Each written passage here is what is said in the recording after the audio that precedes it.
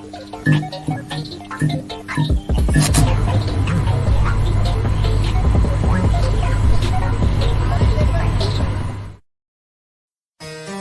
the Winds Productions presents A Simple Man's Brand production in conjunction with J. Hebert Studios. And now, A Simple Take with Noah Foster.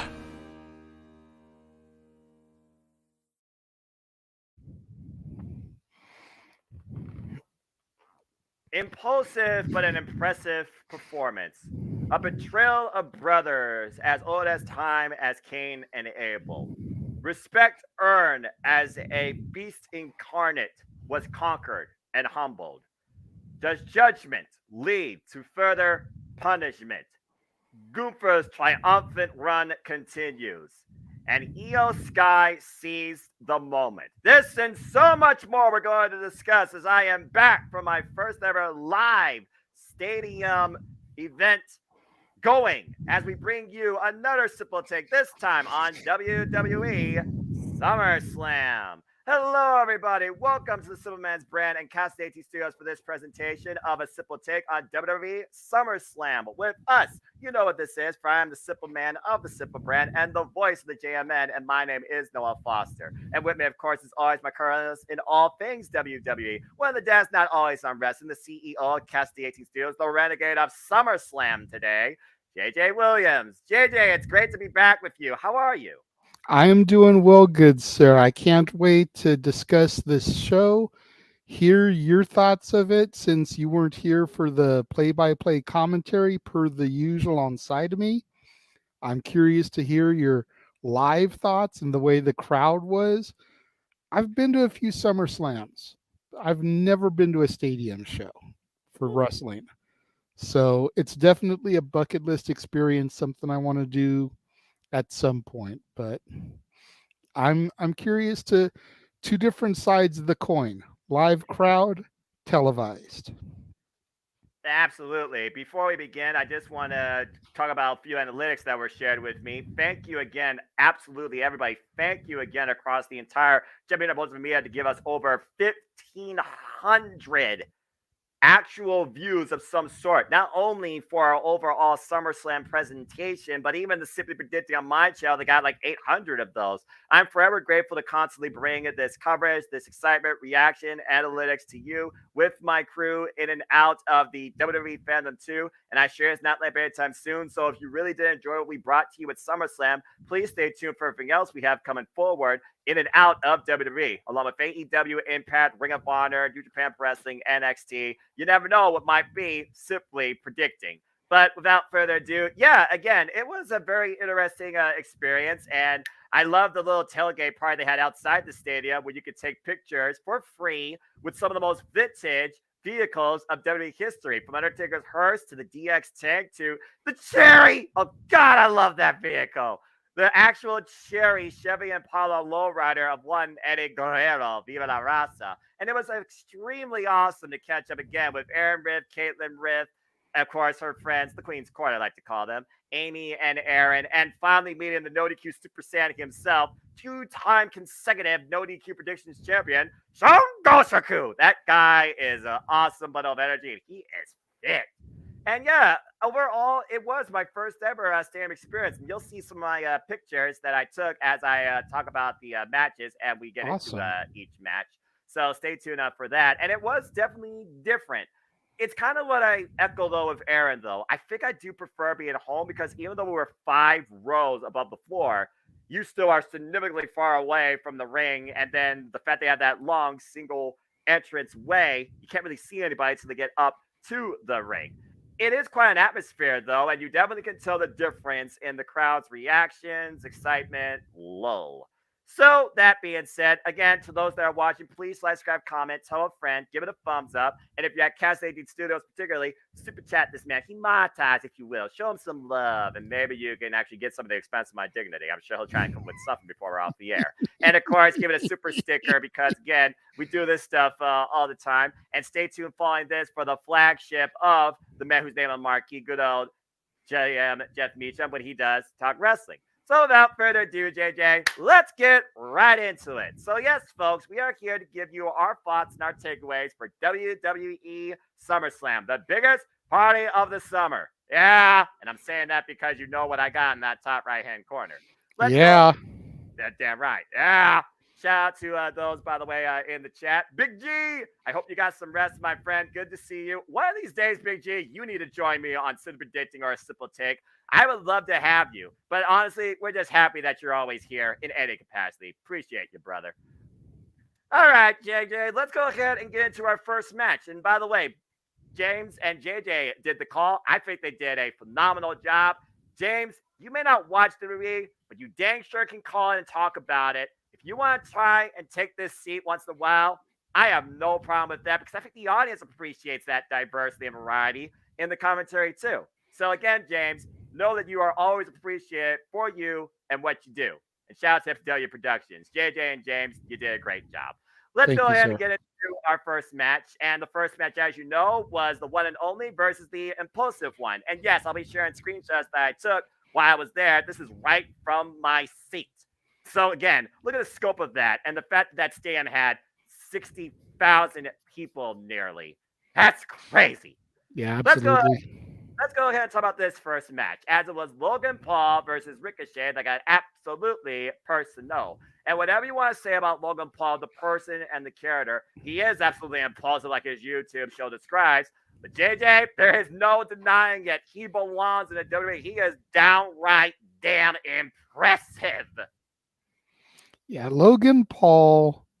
Logan Paul is a specimen, and we discussed it on commentary how a lot of people don't give him the credit he deserves as a two-sport athlete. You know, collegiate wrestler, boxer, and now he's transitioned into pro wrestling as well. You know, the man can do things that men on the WWE roster wish they could do. Mm-hmm. And I use that loosely because Logan is signed to a contract. He is technically on the roster, but like full-time pro wrestlers wish they could do some of the stuff that Logan does. One of the things that caught my eye early in this match, during the entrances, in fact, called it out on commentary. Don't know if you caught it when you watched it back. Samantha Irvin was wearing a yellow dress. Yes. Definitely looked like she was kind of matching Logan Paul. We Mm-hmm. were definitely afraid that there might have been a swerve there. Like, I know it sounds weird that she would turn on Ricochet like that, turn on her fiance, but this is professional wrestling. Damn We've it. seen that how many times? More times than I can count. You know, I'm just saying, like, if she had pulled something to storyline align herself with Logan, that would have just been taking a phrase from another wrestler we'll talk about later. That would have been the coup de grace. Right. And she was just as integral a part of this story as the two combatants in the ring. Like, you could tell how mad she was after the match, having to announce your winner, Logan Paul. We You saw it could on see screen. her lip trembling. She was so mad. Oh yeah. We It may not was be able to. it was entertaining, definitely. And Yeah. Ricochet did what Ricochet does. You know, Ricochet has kind of gotten to that point where you count on him to be that crazy risk-taking high spot SOB. Mm-hmm. And the fact that he's got such great chemistry with the Maverick Logan Paul just speaks volumes for both of these individuals. It's one of those things where again you can't necessarily see everything, but they showed enough in the Titantron, and yes, we saw Logan Paul kiss, I guess, his fiance, who was also there at Yes. ringside. But yeah, post match we saw rather healed but still remained professional Samantha Irvin, which really was the catalyst to this whole confrontation. But yeah, this was basically your aerial spectacle. The two men flew around the ring and literally tried to outshow each other. And at one point, it was the 630 splash crash that gave Logan Paul the advantage, but he felt that wasn't enough, as it wasn't KSI, but it was another guy from literally his impulsive sight. that gave him a pair of brass knucks. Now, here's the thing I don't get. I could have sworn for a quick second the ref saw that, but maybe Ricochet bumped into him and the ref was slightly turned, and Logan Paul found the one lucky shot at the one right time in a flash to knock out Ricochet and hide the evidence. I couldn't believe how quick that was. But yeah, there was definitely a different mood when people saw him do that, and the boos rained out too. And yeah, the thing about Ricochet is we've been talking about it since he's arrived to WWE. People think he lacks a personality. He's a great competitor in the ring, but his promo game is mid, to take a word from one MJF, if that. He's always been that guy that relies on his in-ring athleticism and his showcasing. In WWE, though, like we said, you need both tools of the trade, as we'll talk about later, particularly.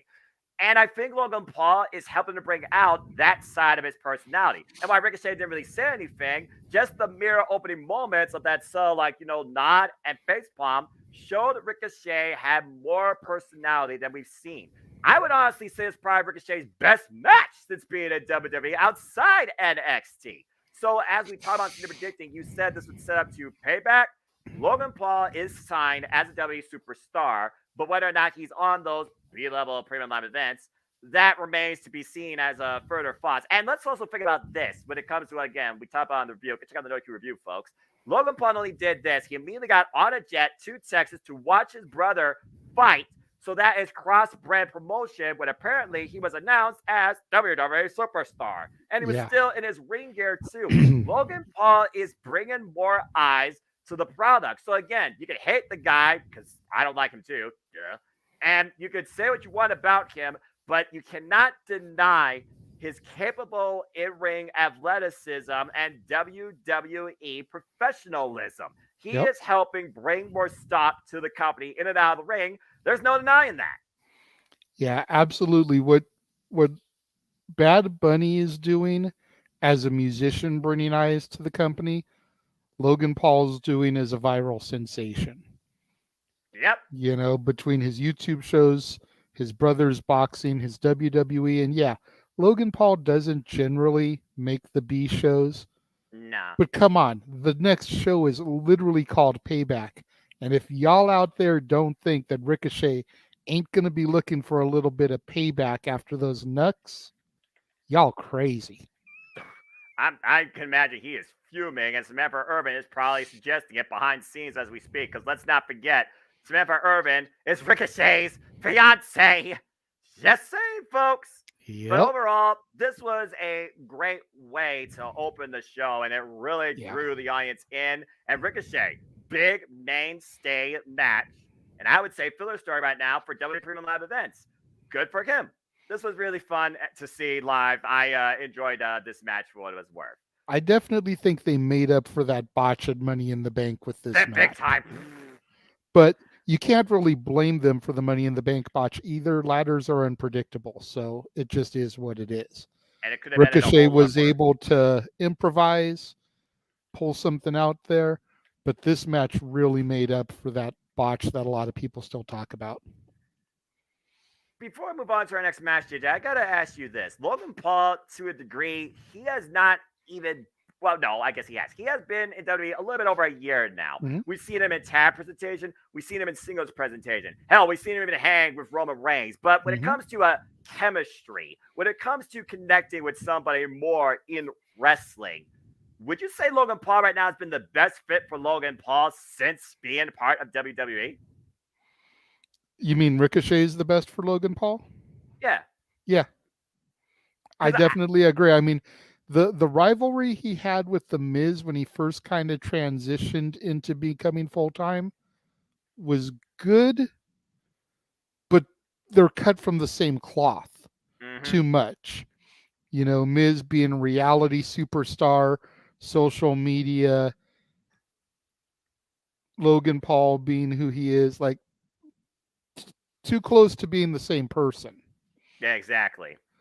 Ricochet is enough of a opposite to Logan that I think that's why this really works. And Logan being personal, poking and prodding the Samantha Irvin piece of the puzzle, being able to bring that fire out of him is what really made Ricochet step up. bar none. I'm just waiting for the next encounter. Samantha Irvin should slap him in the face. Just saying. But we'll talk more about that later as we get closer to payback. And again, folks, you want to dictate the conversation here? Super chat, Cassidy Studio. Super chat, as simple as that. But again, we're focusing on SummerSlam, and you see what's going across the ticker. Let's go ahead and move into our second match. And yes, I did sing Down Straight because you got to. And it is a different atmosphere when the Beast Incarnate arrives in the damn building. Let me tell you. Overall, that pyro, by the way, loud as hell. But here was not finishing the story. But what I like to say, based on that Titantron, that's so eloquent, I love that song, by the way, put it, complete the saga, as this was one of three trinity of trilogies that was happening in its conclusion. So here we go, as we talk about the American Nightmare, Cody Rhodes taking on the Beast Incarnate, Brock Lesnar. Now, I'm not going to lie. Looking at this match and seeing how many times Cody Rhodes refused to stay down, refused to die, refused to take the damn 10 count, I can only imagine Michael Cole being apoplectic in his role saying, Cody, just stay down, man. Just take the count out. Survive for another day. And Brock Lesnar literally yelling, stay down. I'm going to kill you. Stay down. And then I go back and I watch and he's like, save yourself. And I was just like, this was not a match. This was a test of endurance. This was trial by fire. This was Cody Rhodes' arrival to show how strong of a spirit he is and can he conquer anything in WWE. We saw, I think, about 8 suplexes and then a ridiculous gut wrench overhead toss. Yes, I don't count that as a suplex. That is a toss, folks. And that was a ridiculous toss. Thank you. You're welcome. And then we saw him F5 on the floor. Get in by 8.5. We saw him F5 for the damn announce table. Get in at 9.5. We saw him once again suplex on the floor, down for 9.5 by his mother, who was at ringside. And Brock Lesnar just couldn't believe it. Subtle nods, doesn't go in immediately for the attack. But Cody Rhodes found a way to make a comeback. It started with him driving him face first into the ring post, bringing him back inside the ring, and then trying to follow up with a disaster kick. He got a couple to a degree. So Brock almost commented at 5, and then Cody Rhodes countered into, what the hell? His own Kimura. He tried to break Brock Lesnar using his own damn move. I've never seen that before in my life. And then Brock awkwardly slammed him down to break the hold. But at this point, he was running a bit vulnerable. As Cody Rhodes was trying to make his way up, Brock Lesnar sent him on Rise Suplex City with a turnbuckle pad that went flying into the audience, I think. And then you finish out the rest of this match figuring that that's going to be the spot. That's going to be the spot. Think about Backlash. That's going to be the freaking spot. And we even had nods to Backlash and Night of Champions when Cody was trying to Kimura, but he didn't pass out. When he tried to put the shoulders down Backlash, but he was unable to. He survived everything and more. Brock Lesnar has already brought him and was willing to bring and more here at SummerSlam. And in the end, going torso first into that exposed ring post, he was able to finally take him down with not 1, not 2, but 3 emphatic crossroads. And Cody Rhodes beats Brock Lesnar 2-1 in this trinity. But that's not the story here. That's not the way we close this chapter. For the first time ever in the 20-plus year career I could ever think of seeing Brock Lesnar in this state of humility.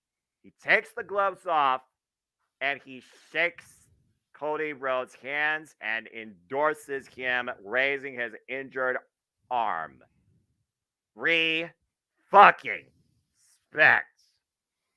If that's not one of two things, if that's not Brock Lesnar's last match, at least this year, I'll be bloody shocked. And if that's not enough adversity for Cody Rhodes to prove that he deserves to finish the story at some point, WrestleMania maybe, since they're talking about tickets on until Friday. JJ, I don't know what the hell else Cody Rhodes can do. This was something. It was. This was an emotional ride for a lot of people for a lot of reasons. Mm-hmm. like you said, Brock doing the unthinkable and extending his hand for a handshake. I very much have had time to think about this since Saturday. And as we all know, with maybe a couple of exceptions of people on the WWE roster, Brock is a guy who can go out there and assert himself and can pretty much do whatever the hell Brock Lesnar wants to do. Mm-hmm. So I almost sit here and wonder if Brock told Cody, the only way you're winning this is if you earn my respect. Because all it takes is a flip of the Brock switch and Cody's done. Right. I compared this match multiple times on commentary to the ladder match on Raw between Undertaker and Jeff Hardy. I heard that. Cody Rhodes was not going to quit. No. You were literally going to have to kill Cody Rhodes in the ring for him to stay down. Much like Jeff Hardy in that match. Granted, ladder match, don't have to pin or submit him, but I digress. Right.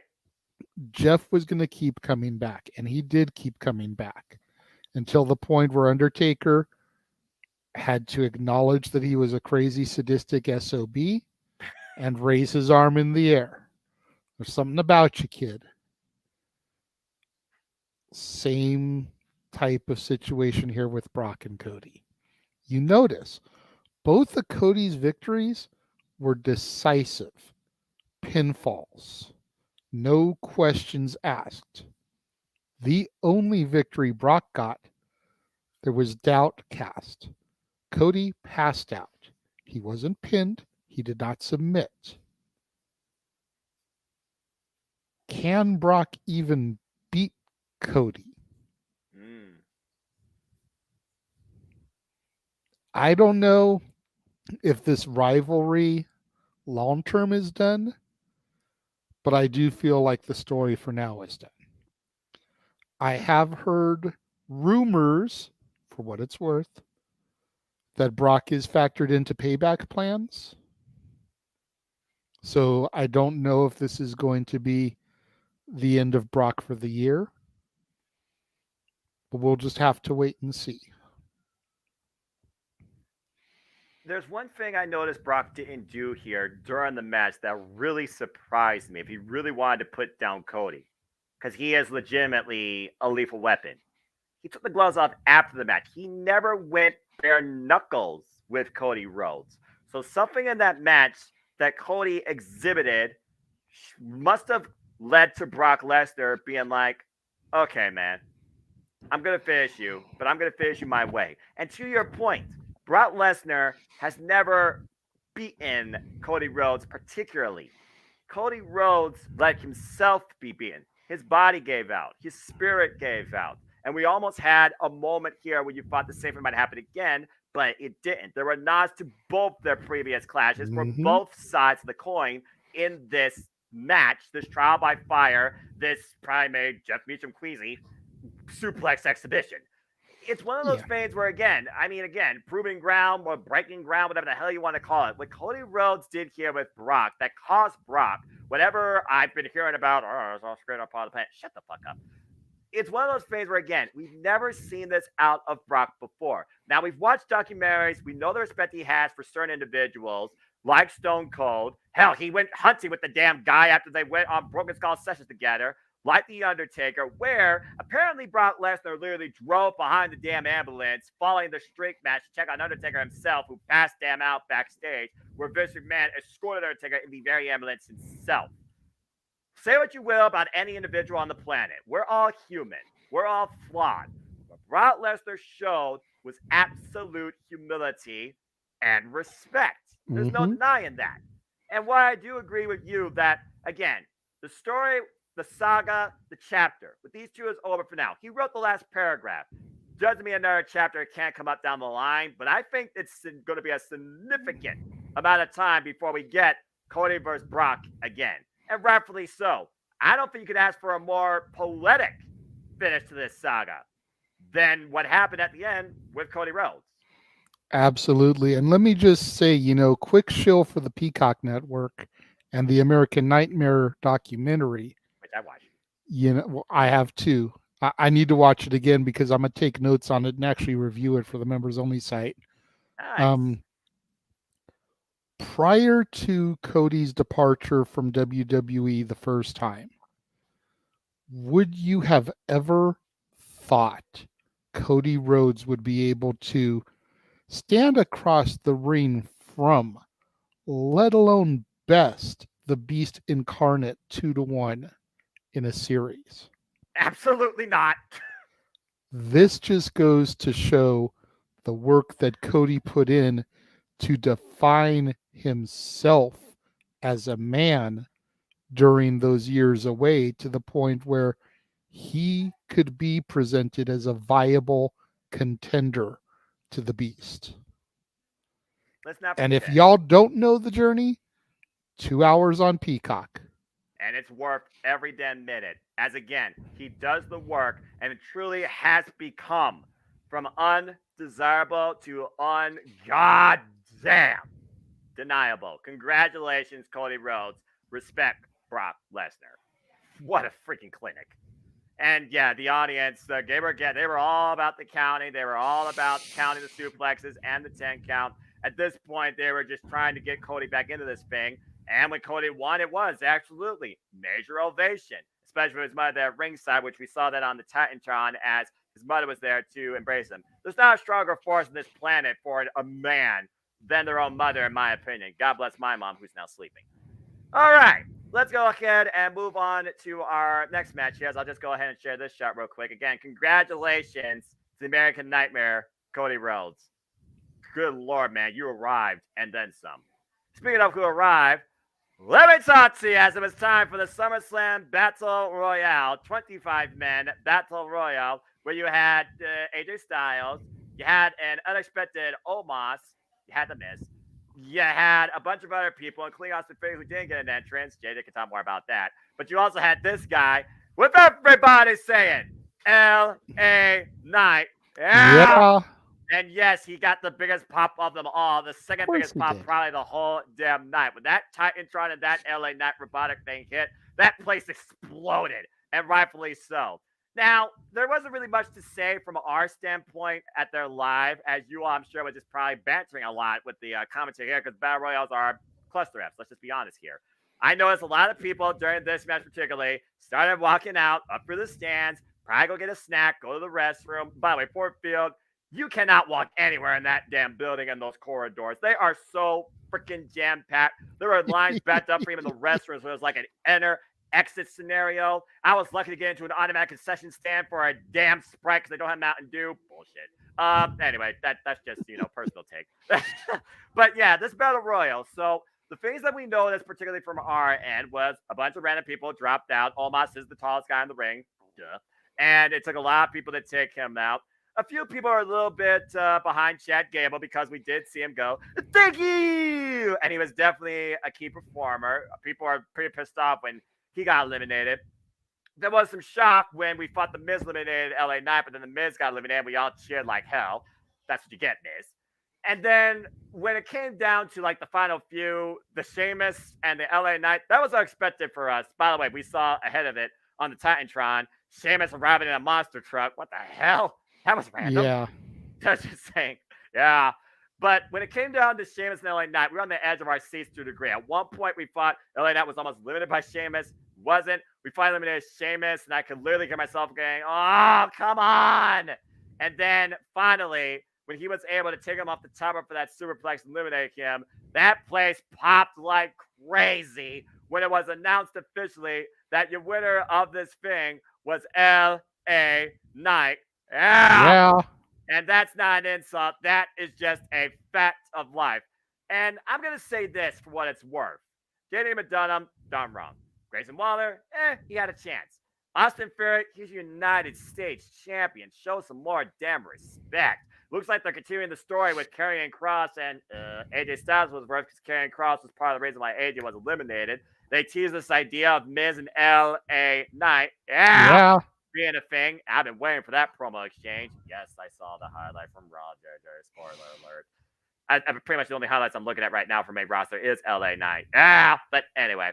And it's one of those things where looking at Battle Royale live with nothing really but your own viewing, unless the superstar brings you into it like Chad Gable mostly did in LA Knight, you kind of are just sitting here wondering, why the hell are we looking at 25 random people in the ring doing this little shuffle? So, what was this battle royale from y'all's commentary, analytical, and overall? I'm sure you made this practically fun, comical perspective. What was your take on this battle royale, and any other stories that maybe you saw like subtly developing in here? Well, like I kind of teased it on Simply Predicting, I called it the Jobber Battle Royal, which that's a little bit harsh because there's definitely a lot of people that aren't jobbers in this match. Agree. But it's the how can we fit a lot of people into a match on the show with no real purpose? Battle Royal. Get away on the It's card. like, Give it a payday. but we couldn't have Becky versus Trish. Don't get me started on that shit. I'm just saying, like, You're not wrong. they could have done made this a pre-show match during the kickoff and put Becky Trish on the main card. Yeah. But it is what it is. I was a little bit disappointed with the way they did JD McDonough. You know how much I like that dude. And to see him just get manhandled, eliminated second, I was like, dude, oh. But he definitely seemed to become a little bit more prominent last night, start to interject himself into some Finn Balor Judgment Day business again. So we'll be curious to see where that develops in the next couple weeks, or if it gets dropped like it did last time. Ms. LA Knight was kind of cool. Ms. Grayson Waller had a little moment there, like they could have been teasing a little tag team action there. That's be true. interesting considering one is Raw, one is SmackDown, but as you always say, brand split, LOL. Exactly. But to figure one is the host of Miz TV, one's the host of the Grayson Waller Effect. I've said for a while they're both kind of cut from the same cloth. It was interesting to see them work together a little bit. Omos getting thrown in there. I was a little bit disappointed that nod didn't go to Bronathan Breaker, considering they were in Michigan. Right? Steiner country. But as soon as Omos got thrown in there, a lot of people were like, uh-oh, Omos, you know what this is going to mean. Because you get that big guy in the Battle Royal and automatically they're the favorite. And it's like, but wait a minute. Bronson Reed's in there. Viking Raiders are in there. Otis is in there. It's already got a good little chunk of meat in the ring there. Karrion Kross, who's probably just slightly shorter than Omos, but much more leaner. Chad Gable, like you pointed out, definitely made a great showing. Spoiler alert for you, he's now the number one contender to Gunther's Intercontinental title after a match on Raw last night. Yes! Defeated Tommaso Ciampa, Ricochet, and who was the third? Give me 1 second here. Stall. All hail the Ring General, for the mat is sacred. Chad Gable, though, I love the push that he's getting. Finally, you recognize this man's talent. Damn it, WWE took your ass. I forget who the fourth one was, but Tommaso Ciampa and Ricochet were two of the three. Gable was three, and then there was one more. I'm forgetting who the fourth was. Irrelevant. Okay, thank you, Riddle. But yeah, so Gable is the number one contender to Gunther's IC title. Is he going to beat the Ring General? No, of course not. But after surviving 5 minutes when didn't think he was going to be able to do it, definitely looks like they're building at least a little bit of a story here. It was fun, but it didn't have to be on the show. I think that's the biggest takeaway of this match is when you figure, like I said, Trish Becky got cut. Rhea Ripley didn't defend her title at all. Granted, Raquel is out with an injury not cleared. That's supposed to be her next opponent. Well, damn it. It is what it is. Yeah, I'm about to say, you took the words right out of my mouth. I'm just also going to say this too. Sonya Deville, get well soon. Again, folks, this industry is as equally testing mentally as it is physically. Your body has its limits. Sonya Deville, finally her first title, and she's on the shelf. For Yeah. extended period of time with a torn ACL. Billy Chris Statlander can tell you exactly what that's all about. Sonya Deville, on behalf of the Japanese WWF, please get well soon and take care of yourself. Josie And Green, they I'm sure didn't they're even going to hold it. announce. Sorry, go ahead. I No, stepped you're all over fine. you. No, you're fine. I was just saying, get well soon. Go ahead. I was just going to say, and they didn't even announce yesterday on Raw, like what they're going to do with this. Like you'd Of course think they they'd want to start some kind of planning stage. I think they just need to give the belts to Katana and Caden. At this point, they're the You most know, stable. longest reigning NXT women's champions. Like, let's do something with them. Like, I don't even see them on Raw. They got drafted, nothing. Same with Alba and Isla. I I was haven't about to seen them say, since they lost the titles to Ronda and Shayna. they never got their rematch. Look, brand split, LOL, brand split don't exist, but those two teams do exist, and they're two of the most emphatic women's tag teams, both women tag team champions. WWE, it's not hard to book. It's just hard to finance. Jeff Meacham, you need to make that shirt sooner rather than later, or some sort of pocket wallet or some sort of bookmark. You literally can make money off that quote because it's 100% fat, and that's not an insult. That is just a fact on life. Yeah. But yeah, the fact of the matter is that this battle royale was on here. By the way, we got in our seats. It was like 7 p.m. and we met Sangosaku. The only thing that was happening in that building was some random DJ just playing music and the lights going off once in a while. And Aaron made the point that it kind of drowns out the audience who usually like to try and do these chants, you know. Now instead of doing woo all the time, it's more so just saying, yeah. But it's almost like it's drowned out with this DJ that was freaking remixing things like Daft Punk and freaking utter nonsensical music that I could give two shits less about. I was like, really? This is what you do? Good Lord Almighty. You're better off just playing a damn radio over the speakers of classic WWE themes and letting the audience just engage with that. I was just going to say, now, if the DJ was creating mashups using wrestling themes, I'd have been down for it. Sick. But just random, you know, techno DJ mixing, nah, I'm good. Most of the time, But you're gonna take some random acapella song and like drop it over the Bloodline beat, like let's make that happen. Look, Mikey Ruckus freaking remixed Jamie Hayter's music with several themes, lyrical and non-lyrical, all AEW stuff. Maybe you should take a page from them, WWE. Just saying, when it comes to bringing the audience in for some sort of energetic pre-show presentation, you're not going to do matches. And I agree with Nathan here. At this point, these titles are more cursed than Danhausen could actually curse them. How many times has this freaking women's tag team setting been freaking flip-flop, reset, screwed up, undermined, or underappreciated? Now the current champs don't even exist because Sonya Deville's fucking injured. Tune into Open Mic Night as we discuss the women's division this week. Cheap plug.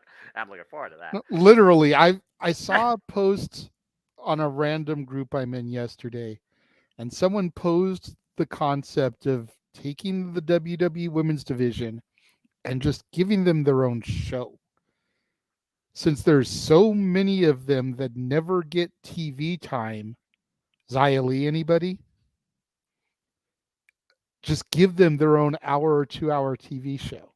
It can be a network exclusive if you want. It doesn't got to be on, you know, USA, Fox, whatever.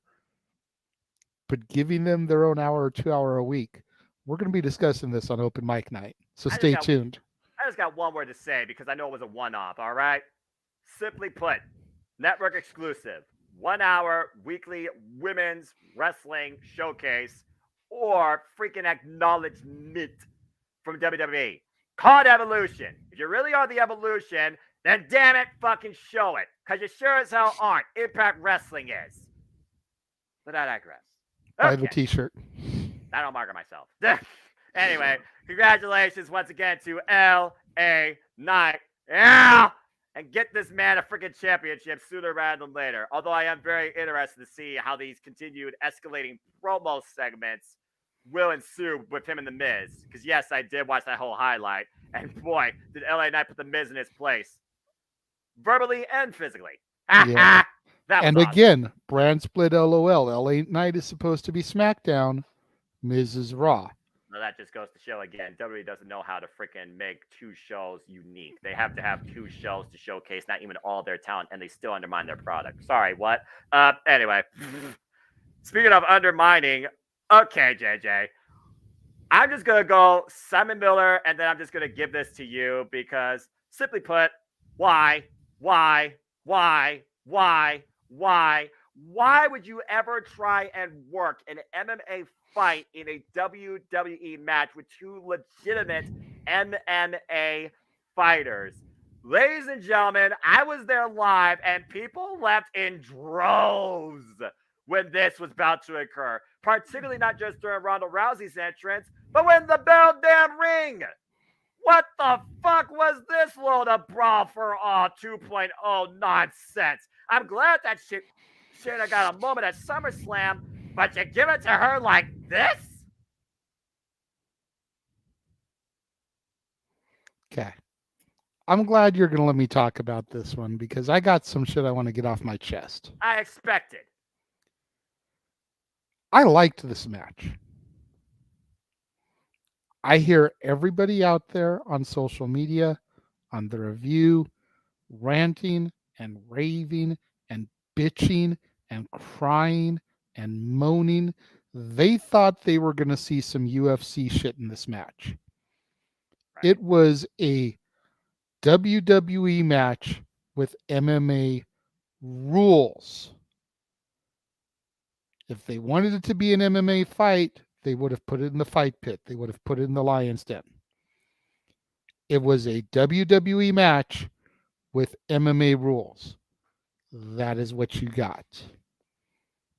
This match was not as bad as everybody's making it out to be.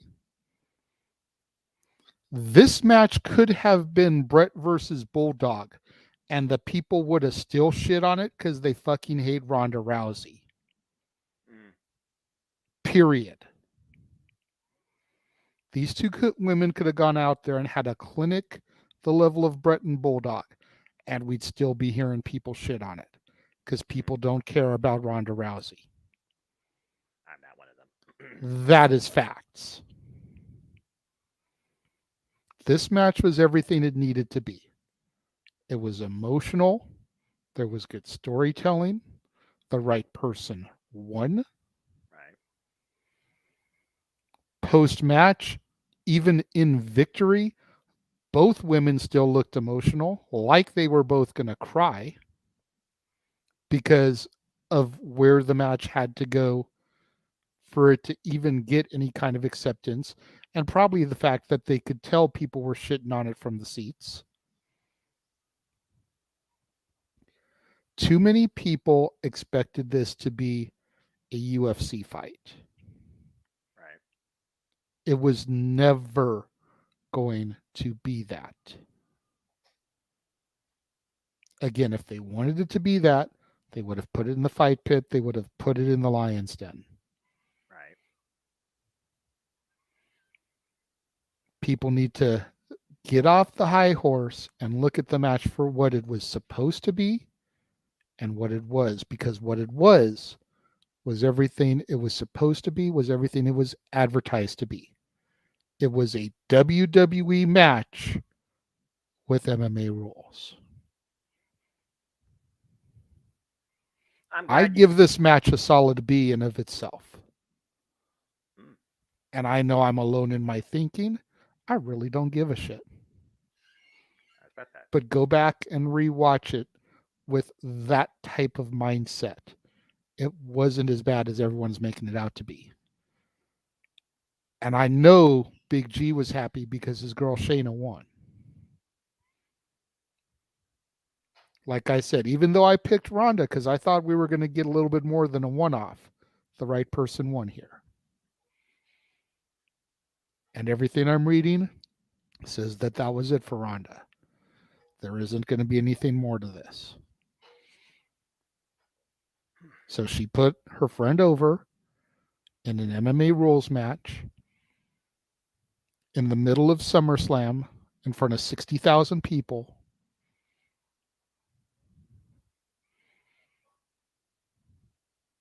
And that probably added to the additional emotion at the end of the match.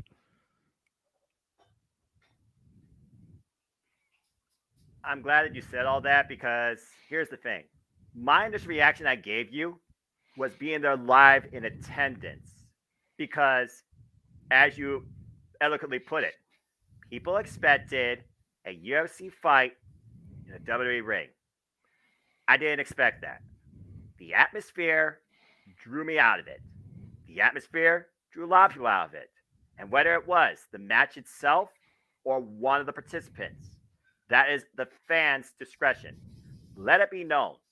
I always have, will, and still appreciate Ronda Rousey for what she has done in combat sports and even to a degree in WWE, even if she might have been out of sorts at times. There's no denying that. Again, we are all flawed, we are all human.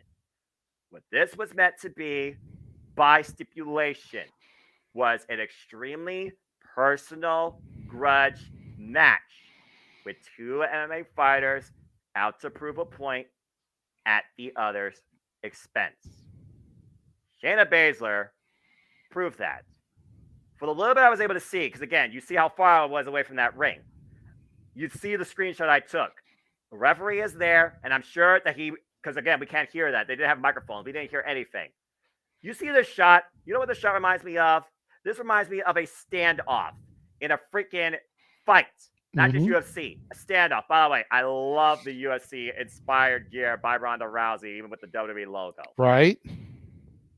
Again, aesthetics, presentation, legitimacy.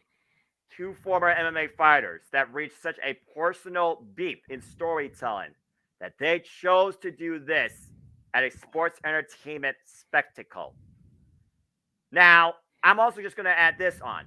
You remember Jimmy Evans, the guy from Monday Night Raw that was the play-by-play guy for a period of time? He was last year's WrestleMania play-by guy, Money Bank guy, bald-headed dude. Went, oh, that's it.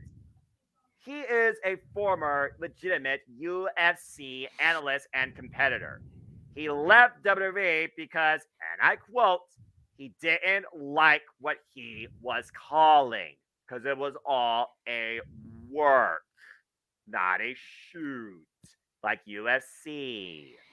You need to realize, even though Endeavor and UFC and WWE are under the same corporate banner, you're not going to see UFC fights in WWE, period, point blank, simple, no matter what structure they use to make it feel as similar as possible. What I was able to see on the screen at times, ignoring all the other stuff around me with people leaving in droves and the mild conversations about Ronda and this and that, I saw two women punching the shit out of each other. That's what UFC is. It's a grapple game. It's a ground game. And the last point that we saw of Shayna Baszler trapping Ronda and the carry through the clutch while Ronda was still trying to wrench her arm out of her fucking socket, that's as real as it gets. And Shayna fought through the pain, and Ronda passed out. I'm still sad, though, JJ, that we didn't get some sort of structure, the bring back of the Lion's Den, or the first ever women's fight pit. And you think WWE would probably do something like that because marketing, business, history. Just saying. If that truly is the way Ronda Rousey decided to leave the WWE because she either is burnt out by the fandom or by the work, and that was for Shayna Baszler and Big G and I, hey, we are both our NXT. We're also both about the Queen of Spades, who I met live at SummerSlam when she was NXT Women's Champion. SummerSlam 2019, by the way. I think what these two wanted to do, and I think they both knew, like you said, what they were going into. It did what it had to do for Shayna, and that's what's most important because why the story feels personal, and you blur the lines with kayfabe and reality. Ronda wants Shayna to carry on and be respected more as a competitor. There's a reason why these two go as far as they do, differences or not. Now, I don't expect Ronda to go on her YouTube channel while streaming video games or working on her farm with Travis Brown and talking about this in a kayfabe or reality way. Will it be brought up at some point?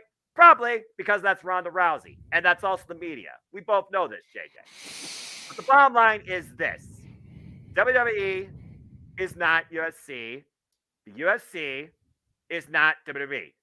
But Ronda Rousey and Shayna Baszler wanted to bring UFC elements to WWE in their storytelling. They did that. It's as simple as that. And if Ronda's done, thank you and good night. And for Shayna Baszler, may this continue a push for you going forward that you've been so deserving of and denied the last 3 fucking years. Yeah. Use her right, WWE. Respect your women's division more. Make us care more to a degree. Or should I be drinking lemonade when I start calling WWE commentary? I understood that reference. I'm glad you did. And with that being said, congratulations to Shayna Baszler having her first big premium live event singles moment in her freaking WWE career. Yeah. And With a she showed win. up. She showed up to Raw last night with a black eye too. Black eye and a screwed up arm. You go to her. I opened up Instagram. Yeah, I was actually on Instagram for the first time. Who knows how long it was? Because I actually have pictures to tell a story. Hail. One of the pictures I saw, the very first picture I saw, a bruised, battered, beaten, raced arm, Shayna Baszler. This is what I got. This is what it cost. I wouldn't change a damn thing, limb by limb. Hashtag baddest, in my opinion, because she beat the baddest woman on the planet. Simple as that. It was what it was. Put your hate to the side. At the end of the day, Ronda, thank you. Bye-bye. Shayna, good luck going forward. And that, again, comes down to the fact of where you are in a live circumstance and where you are from an at-home circumstance.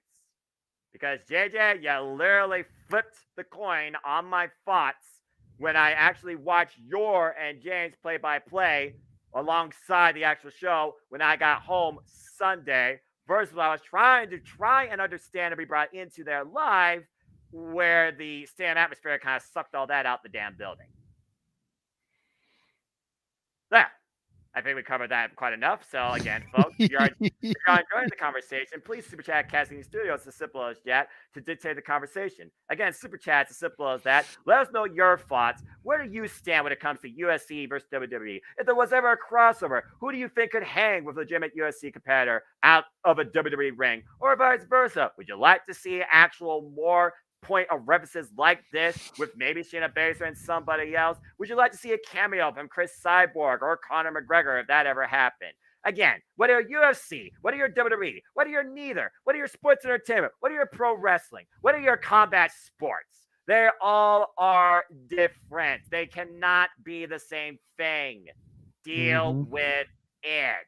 Absolutely. As far as the current crop of women, I think Zoe Stark could probably hang with Shayna in something like this. Sonya Deville. Possibly. I haven't seen enough out of Sonya to really put that kind of stamp on her yet, but I've seen a lot That's out fair. of Zoe considering she was my NXT. Damn And it. the last thing I want to say as far as the women is this. As much as the 4 horsewomen may have done for the women's evolution in WWE through your NXT, the black and gold NXT, Damn it. without the name recognition of Ronda Rousey, they don't main event WrestleMania. Can't Deal deny with that. it. Can't deny that. I did I not say that? I swear I'm a broken record. Did I not say that? I swear I'm a Excuse me. Sorry. Bottom line I'm is saying it to them, not to you, because I I know know. where you stand. But these people out here that just want to badmouth, they would never have main evented WrestleMania if that match didn't have Ronda Rousey. Period. Period. Point blank simple. Thank you. Good night. This has been the Simple Take. Goodbye. Anyway. Yeah, the bottom, and that's not an insult. That is just a fact of life. Without Ronda Rousey, you don't get Evolution. You don't get WrestleMania 35. But I digress. Okay, well, we definitely spent a lot of hell of time on that, but that was a great philosophical discussion. And stay tuned for more of that, folks. We talk about the state of women's wrestling in the industry, then, now, and forever on the Western Front, particularly on Open Mic Night. Way Back Wrestling is still the leader. All right. Without question. Thank you. And I barely watch it. I'm just going to do this real quick. Thank you! And thank you, Gail Kim. All right, Although let's go. NWA 75, Camille Natalia Markova, I'm just saying. All I'm going to say is James better be showing up with a professional mindset and a non-biased degree, or I'm going to be chewing him out on commentary. All right? Professional and non-biased like me when it came to the women's triple threat in Charlotte Flair. Well, we'll get there soon enough because you'll lead that discussion. Like you and Karen Jarrett, fair and unbiased. Hey, she's not. No, we're not going down that hole. We're not going down that road again. Not tonight. All right, let's Wrong go company, ahead. wrong company. Yeah, wrong company Save that number. to All In. Oh, we'll be talking a lot more about that. I guarantee you that. Why Jeff Jarrett's been part of the media calls apparently I've been hearing about too. Again, I'm just going to say this real quick before I move back into our normally scheduled programming. Screw Jeff Jarrett, but respect the Jarrett name for generations for what they've done for the industry. All right, let's go ahead and move on to our next match here. As this was, I'm not going to lie, because you know how I feel about Ring Conf, how I feel about Walter Gooper, and how I feel about the Intercontinental Championship. Hell, I found freaking belt collector guys with a tailgate outside the stadium and let me take a picture with a classic white strap Intercontinental Championship. I love that belt so much. I personally wish they would bring that back. But either way, ladies and gentlemen, I demand your gratitude for what was, not gonna lie, JJ, this wasn't as great as calling WrestleMania Triple Threat with you at WrestleMania 39, but this still was a hell of a fun match as Imperium's Lingarel Gunther, the Intercontinental Champion, defended the gold against Drew McIntyre in a first time ever one-on-one encounter. And the Ring General, simply put, worked his way through Claymore Country, but it was not an easy fight, to say the least. But again, it raises the pedigree that the Intercontinental Championship has been brought to, courtesy of the Ring General Gunther. What was your take on this match?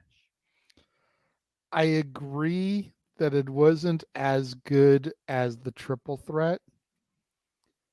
I have a feeling, and I'm curious your take on this statement.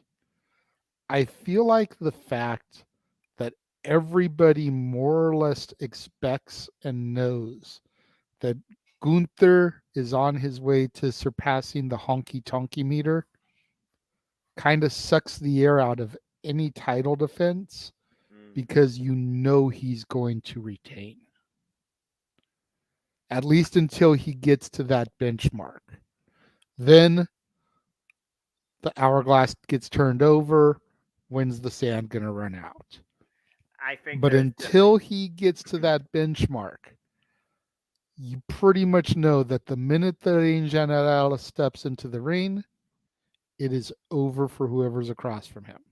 It has to be. The Intercontinental Championship is a passing of the guard. It is the workhorse title. You hold down progression in WWE, not just for yourself, but for everybody. And as far as you go to elevate your own career, you're also there to catapult someone else's career. That is the whole mecca, the point to the Intercontinental Championship. Always have, always will be. Gunther cannot raise this any higher than being the longest reigning Intercontinental Championship in this company's history. Michael Cole even said it when I was watching y'all's guys' commentary and theirs quietly as well, how close he is to breaking the honky tonk streak.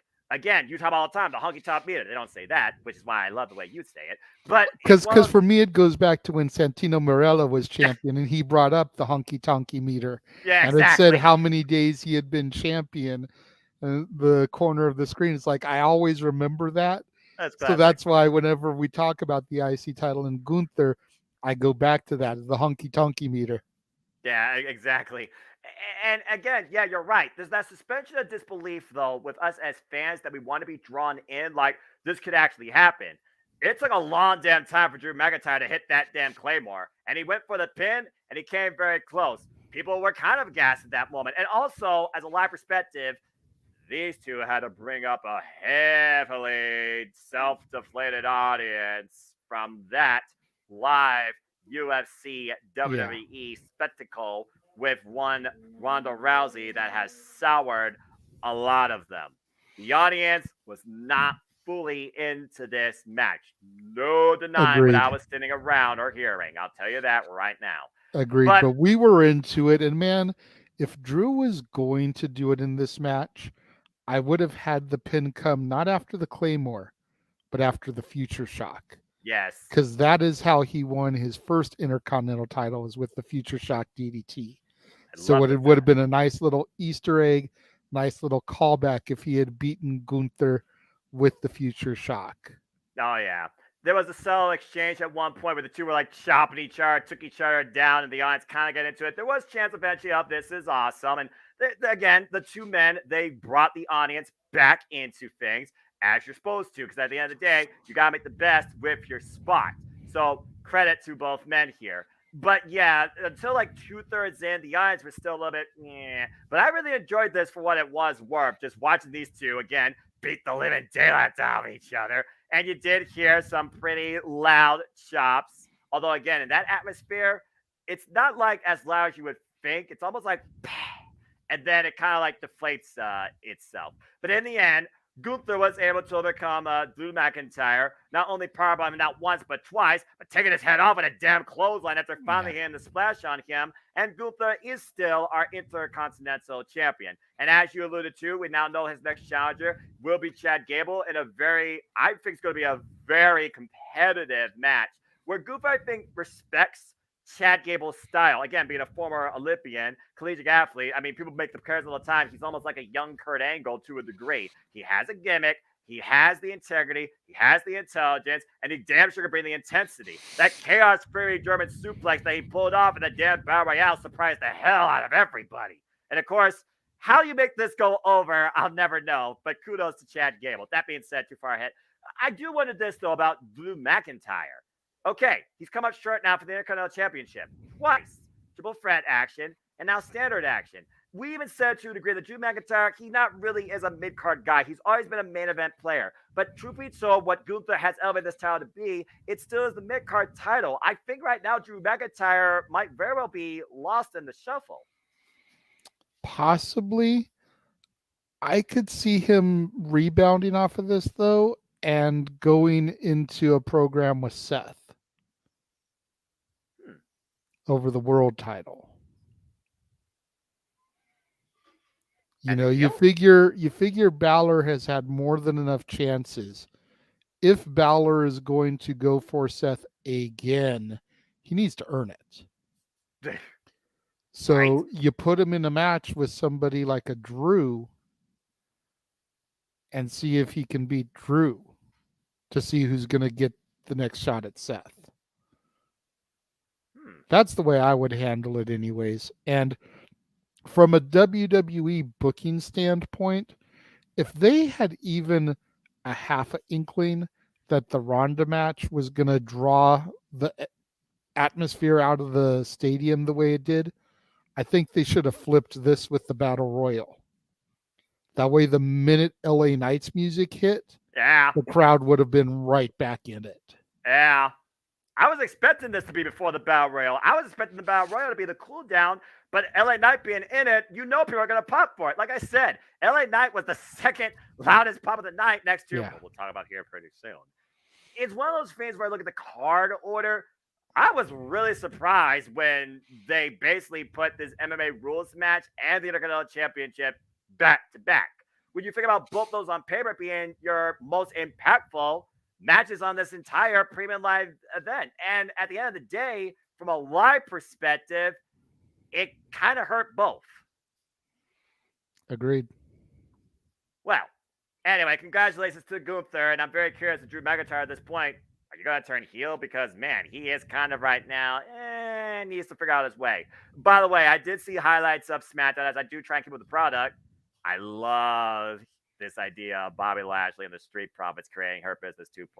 But we'll talk more about that later, I'm sure, if that comes into play for Payback. But let's go ahead and talk about this next match. And before I even talk about this match, let me just say right now, why I talk about the loudest pops, the overall unified stadium atmosphere. There were a few moments during the night. Down straight with Cody Rhodes, LA Knight, all the yes possible. And then you had Seth freaking Rollins' theme being sung for what felt like an eternity, but I'm pretty sure I clocked it in at a total of 7 minutes. As it was, Seth freaking Rollins defending the WWE World Heavyweight Championship against Finn Balor for the third time in our second of a trinity of trilogies coming to its ending here at this premium live event. By the way, that pyro was so damn hot, even from overhead, you could still feel the heat from that. But everybody, even Aaron Rippon, he doesn't want to admit it, because I was sitting literally right next to him, and me, we were all freaking singing it.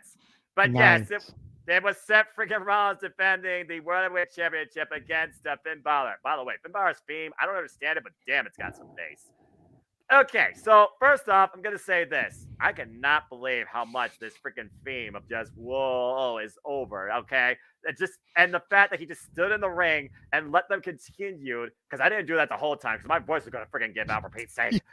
How long that goes on is not a freaking foolish TV gimmick. It is a fact, Jack. It is crazy. But then the match got underway, and why I think Gunther and Drew McIntyre was the best technically worked match, considering what you're dealing with when it comes to Gunther, and we know how far Drew McIntyre goes.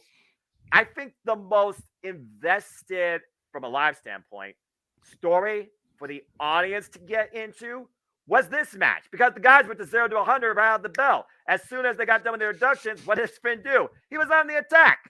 So overall, for me, this was a really incredible match.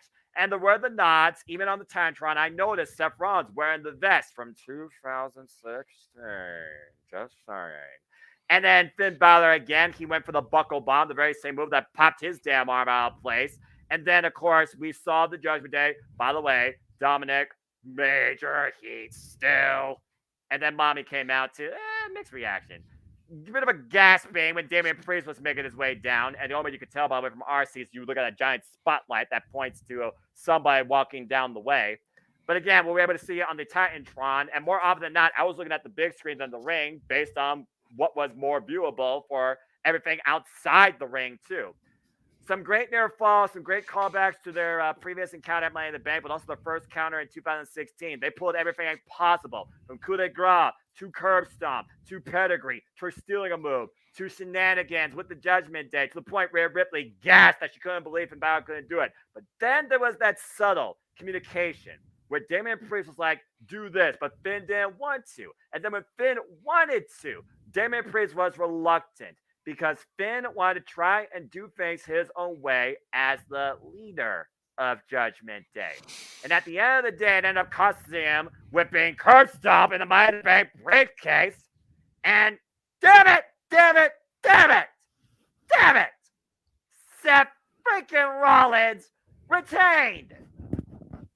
And Damian Priest and Finn just so you look at each other, and Priest a bit, and Finn, no words, but I gotta wonder, again, is final judgment upon us sooner rather than later for the Judgment Day? I don't think everything's fine in this group based on what I saw. Either way, Seth freaking Rollins is still World Heavyweight Champion. Damn it. Your thoughts on this match, JJ?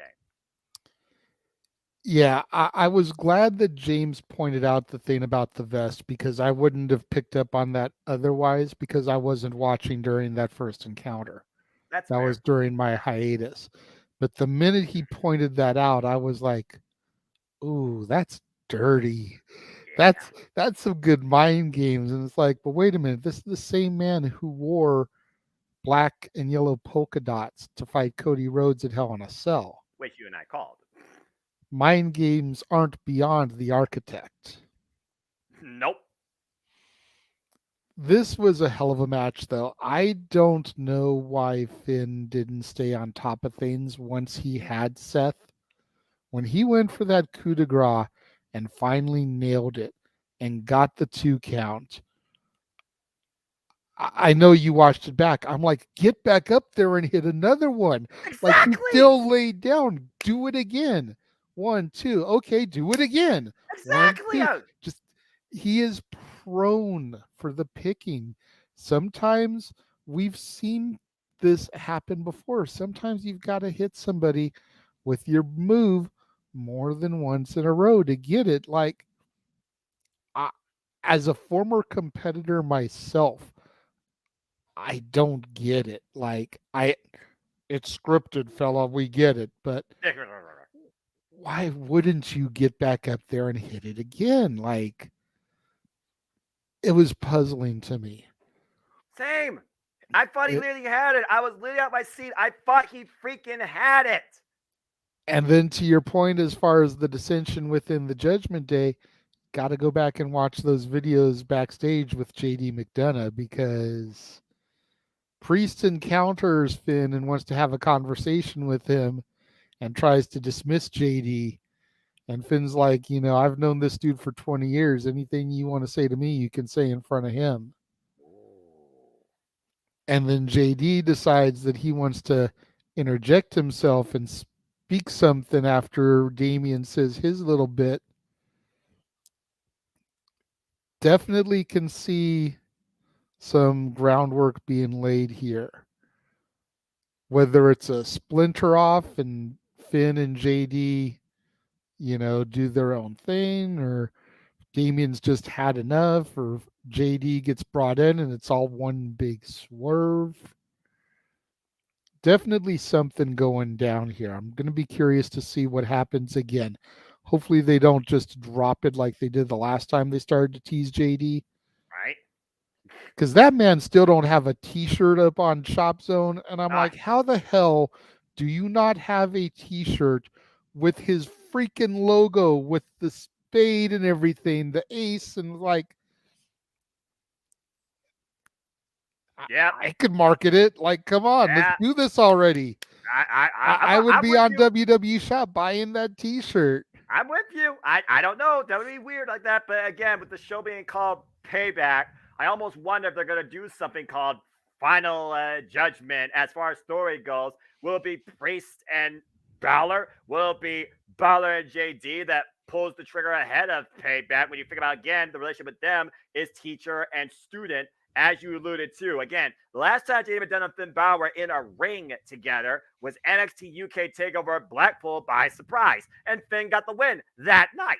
So I do wonder if JD forgot about that. And will the Irish Ace have an ace up his sleeve to counter Finn Balor and make him bust when it comes to being a part of the Judgment Day? Is Judgment Day changing? Is Judgment Day disintegrating? It's one of those things right now. You bring in the JD factor and the fact that previous night was the bottom of the Battle Royale. I am curious, but again, 3 times, man, 3 times. I thought this was Finn's night. And when I saw that tattoo he was wearing 7, how poetic would that have been? 7 years later, both men with the mind games. Finn Balor stewarded this for 7 years, Seth with the freaking vest from 7 years ago. Everything here felt like it should have been the Prince's night. Exactly. But it wasn't. I know. And I'm a little bit sad about it, because I was really torn in this, Same.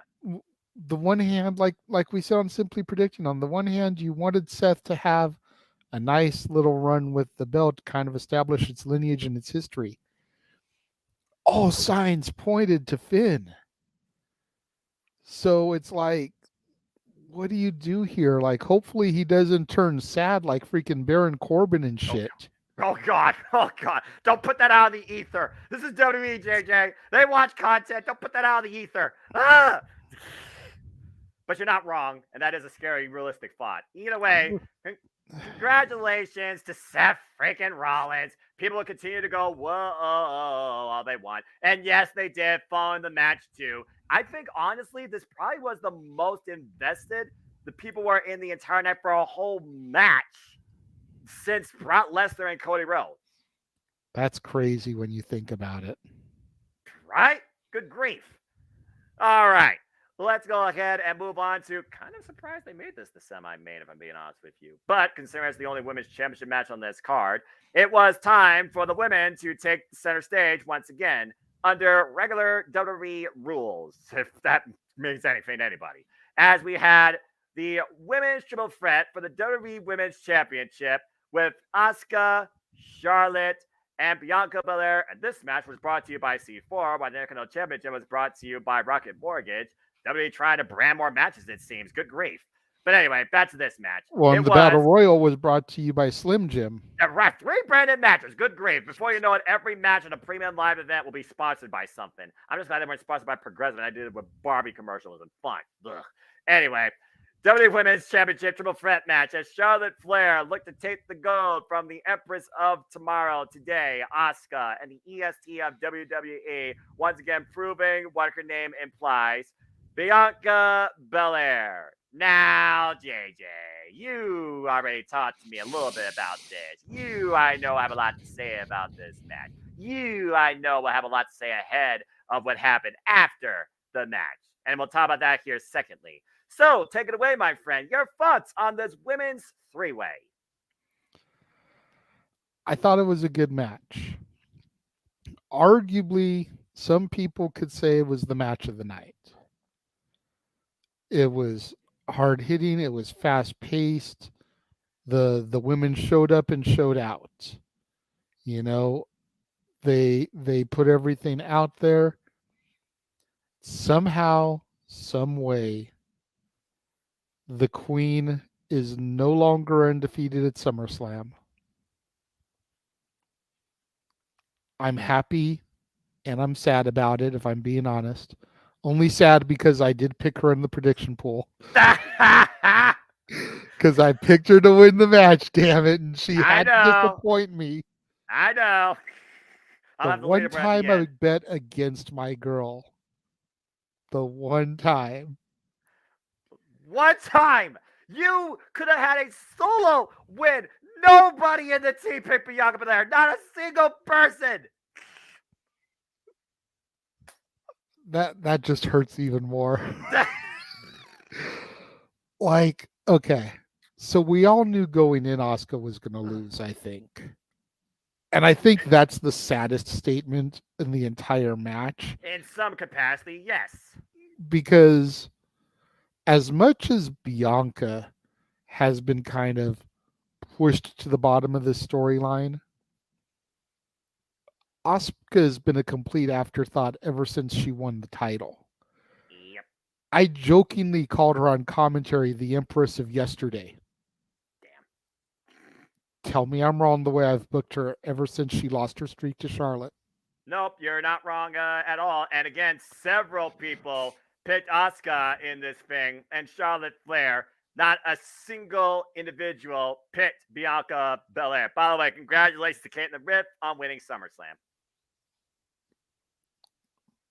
So it was definitely bittersweet to see my girl Bianca get the pinfall, especially after the knee injury that she suffered during the match. Mm-hmm. You know, to take a quote from the man whose name is on the marquee, Jeff Meacham, we talk all kinds of crap about Kevin Dunn and his production style. This was one time where he actually did something right. Yeah. Who would have thought? Because we believed that she was injured. Yep. 60,000 strong in the arena. Everybody at home, we believed she was hurt. 59,142. The real bittersweet pill to swallow in all this is that Bianca Belair is now the longest reigning women's champion of the modern era and the shortest women's champion of all time. That's right, because so there's two more ESTs to add to her list. Well, all the adjectives, JJ, because look who has the prize, the former World of Stardom champion, Io Sky, with a returning Dakota Kai 1 year to the day. Damage control on top. And I don't think anybody was surprised about this. No, not as far as Io cashing in. We knew she was going to be successful.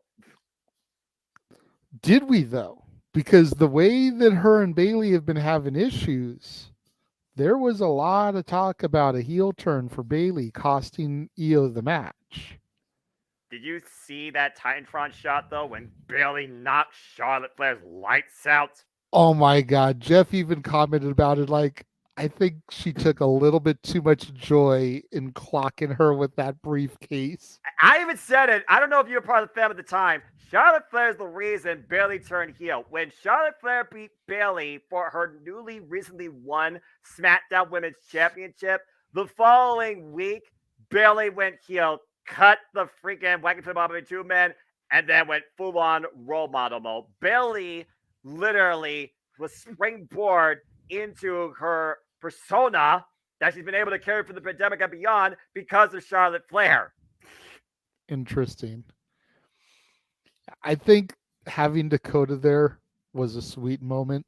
Absolutely. I love As that. soon as she hit the ring, I saw that, commented on that. It's a great full circle moment. The $1,000,000 question now becomes, how long does Io reign? Because Yes, unfortunately, and I know it's really the food being cooked in my kitchen that I'm smelling, but I smell transitional champion. I hate to say it, but with the queen being the queen, with the fact that Bianca got beaten for the belt, with the fact that Asuka deserves a rematch,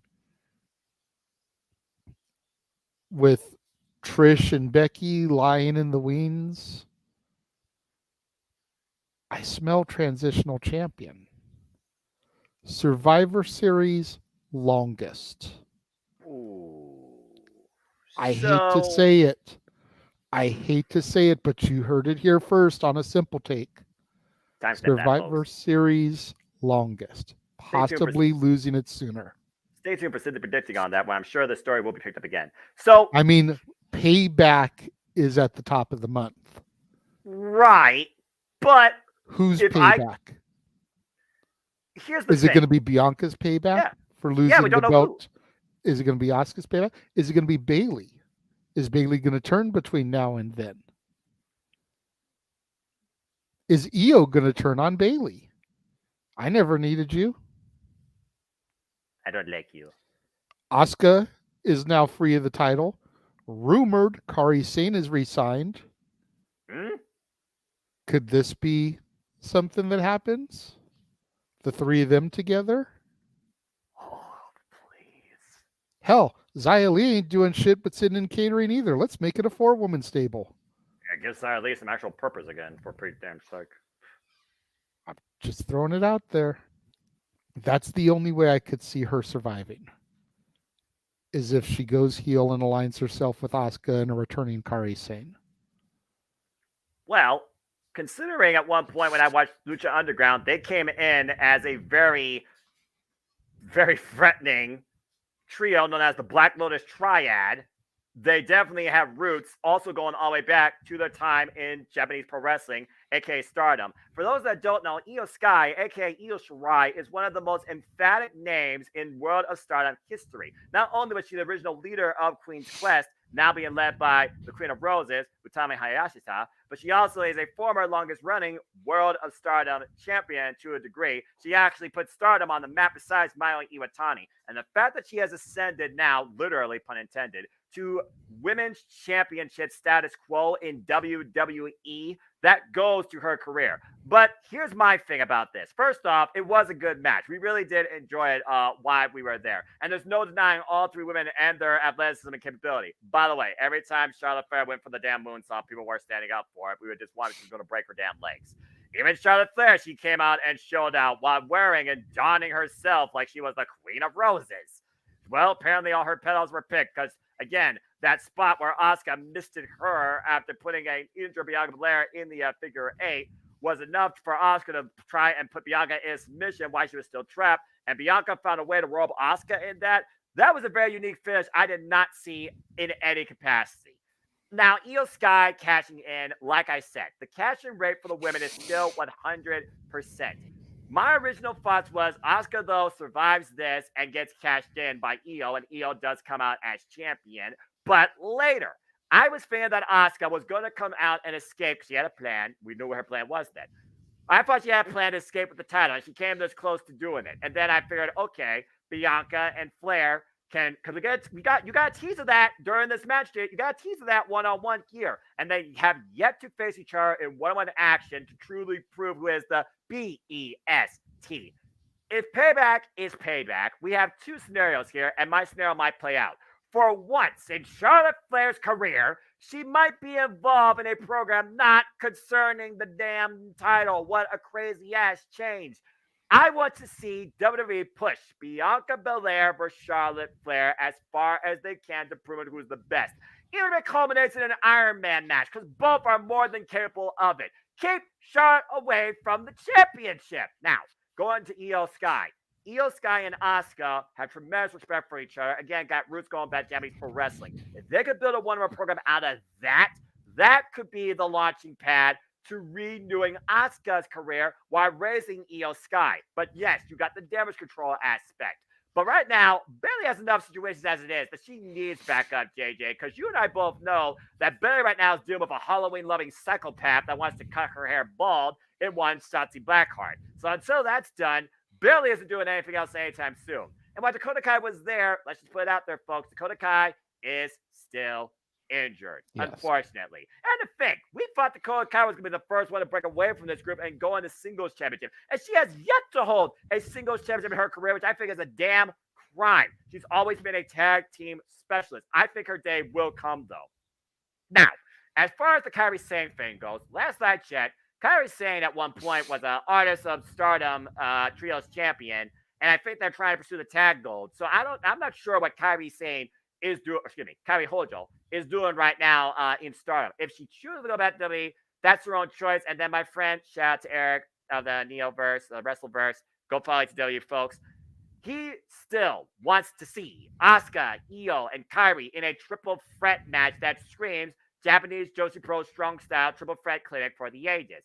We talk about, man, this whole freaking night's been more about the freaking women's wrestling aspect than SummerSlam itself, damn it. But it's rightfully so. We talked about the whole women's aspect. Look at what we could build out of this match for SmackDown, LOL, if that is still a thing. You got Bayley and Shotzi, where literally it could be a hair match at some point. Good luck, Bayley. You got Io Sky and Asuka that screams Japanese pro wrestling. That's a different take for WWE to try and endure with their whole presentation of the women's division. And then you have, for the first time in Charlotte Flair's career, a program not considering a championship, but still proves her merit why she holds herself to be the overall best, the queen in WWE. Belair and Flair. Right there are three, count them, three women's programs you could book across SmackDown and further PLEs. As far as Io Sky being transitional, hell no, I don't want to see that happen. I want to see them push Asuka and Io as far as they can, and then Io gets a new challenger. Brad Spinello, I can put up the graphic right now of what the women's division is right now in freaking SmackDown. Maybe you could actually figure out to do something with Meacham so she's not falling asleep to Scarlett Bordeaux that barely wrestles at all in the first place. Maybe, like you said, they actually can bring Xia Li out here and you get Xia Li involved somehow against Io Sky. If they randomly book 4 people on Raw for a chance for the Intercontinental Championship, then why the hell can they not give women that doesn't have a damn chance lately on SmackDown a chance? And Io Sky, now the SmackDown Women's Division, has a brand new champion. This should yield a reset, not an ever-going loop of transition where the queen has to be on top. I really pray that this means that we have Charlotte away from the title, Bianca's away from the title, because you even said yourself, she started to get John Cena polarizing and stale, but she needed a heel turn, ...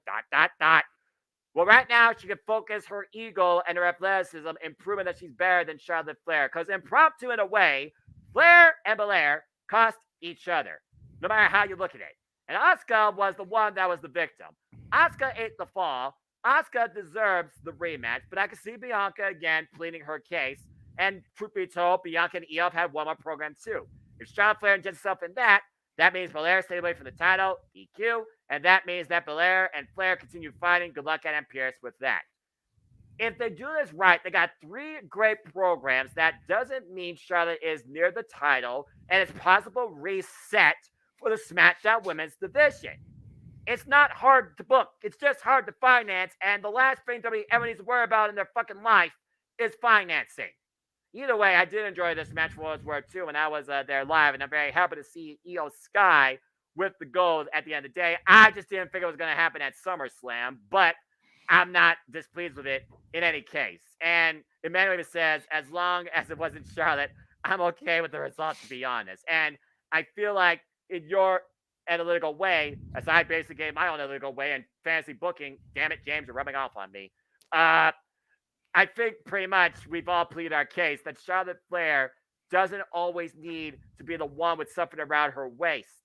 And you actually now have potential to prove that fucking case. Agreed. Here's something for you to think about. Go for it. Io Sky and Maiko Satomura. Please, please, and thank you. Wait, is Michael still wrestler, or is she just now a coach? Because I haven't heard anything much from her lately since that match with Roxanne Perez. She's still listed as NXT talent, but yeah, she's definitely not heavily featured. I think she's probably more of a player coach, if you will. They kind of Dustin Rhodes her and bring her up every now and again when they need to. That's fair. But use her to help get Io over. Have Io break away from Damage Control and have the final boss be her manager. Interesting. Io Sky with a manager. Well, she is a woman of few words, but her actions does speak more. So that is a good thought to think about. Because again, at the end of the day, I know this is WWE, and unless you could also not only walk the walk but talk the talk, you might be on borrowed time on main screen. So you're not wrong there. And also to go with your point about the whole, oh, wait a minute. The man thinks it might be Visa. Dadgummit, Visa issues. Damn international affairs. Get your act in order. Like Piper. Oh, Piper Niven. I wonder where she's been actually, because that was another Niven. Well, that's Raw. But anyway, to go with your point, you also talked about, here's another sub tangent. You talked about the freaking Raw and SmackDown NXT trying to be on equal footing. Io Sky and Blair Davenport. Blair Davenport, you need a new outing? Boom. Go after that. And Blair Davenport also has former history of one Io Shirai in Stardom. I'm just saying, there is so many ways right now, based on what happened out of this women's triple threat, that you could actually elevate the SmackDown women's division more than you actually seem to be trying to do with your Raw women's division, which is a damn crime. I agree. I hope I'm wrong about her being transitional. I sincerely hope you are too. But just bad feeling. Ugh. If they do some bullshit like a freaking championship scramble and just insert Asuka, Io, Charlotte, Bianca, and freaking Bayley if she chooses to try and play Damage Control, wink wink, to protect Io Sky, and they do that sort of bullshit at Fastlane, I'm gonna freaking throw a rant out this world. I guarantee you. Well, if you're gonna throw Bayley in there, you got to throw Shotzi in there too. Make it a 6-pack. Oh God, no! It's callback. Bad booking. No, championship scrambles all over again. Blah. Speaking of bad booking, it is time for the main event. Oh yes, it is. It is time to acknowledge the tribal chief. Yep, but of course, before that, let's go ahead, as always we do here, and acknowledge the audience who's tuning in and out here. Thank you all for tuning in. Please subscribe, comment, and tell friends to give you our thoughts, our takeaways, our fantasy booking on everything that happened in and out and beyond SummerSlam. We appreciate all you here. And if you want to dictate the conversation, super chat, it's as simple as that. As a male, got one last thought here regarding the women here. Let's face facts. Io may not be ready to head out of WrestleMania. Eric Brown might disagree with you. Eric, if you're watching this, you know what to do.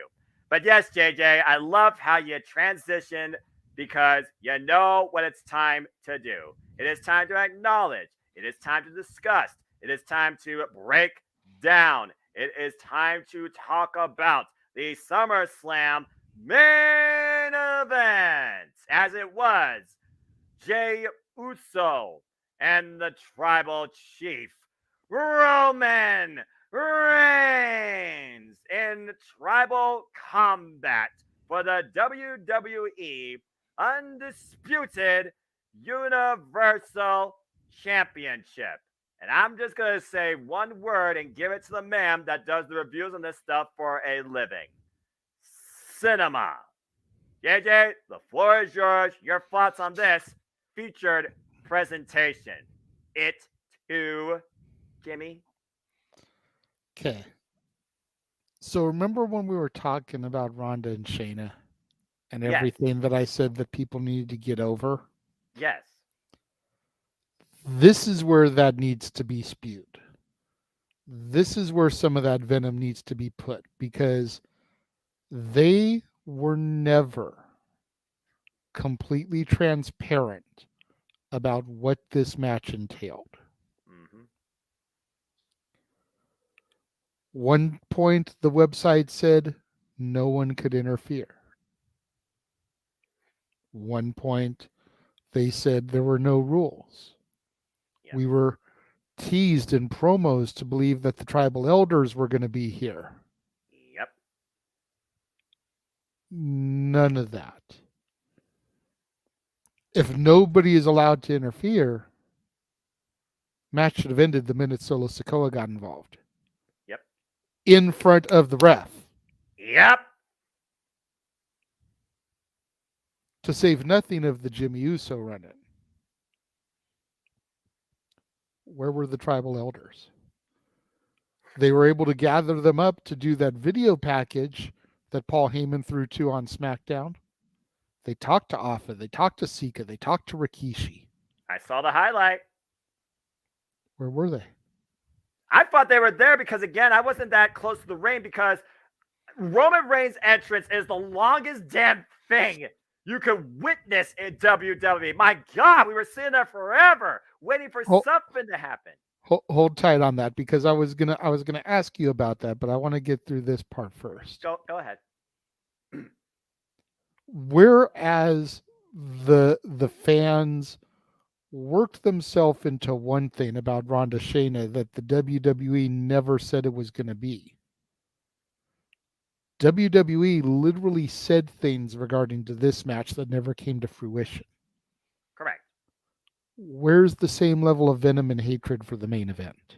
That's what I would like to know. Exhaustion due to fatigue as people were leaving because they wanted to get the hell out of Detroit, Michigan because they felt it was too long. And there was people behind us, young and old, that were literally basically sleeping. Exhaustion leads to fatigue has nothing to do with keyboard warriors.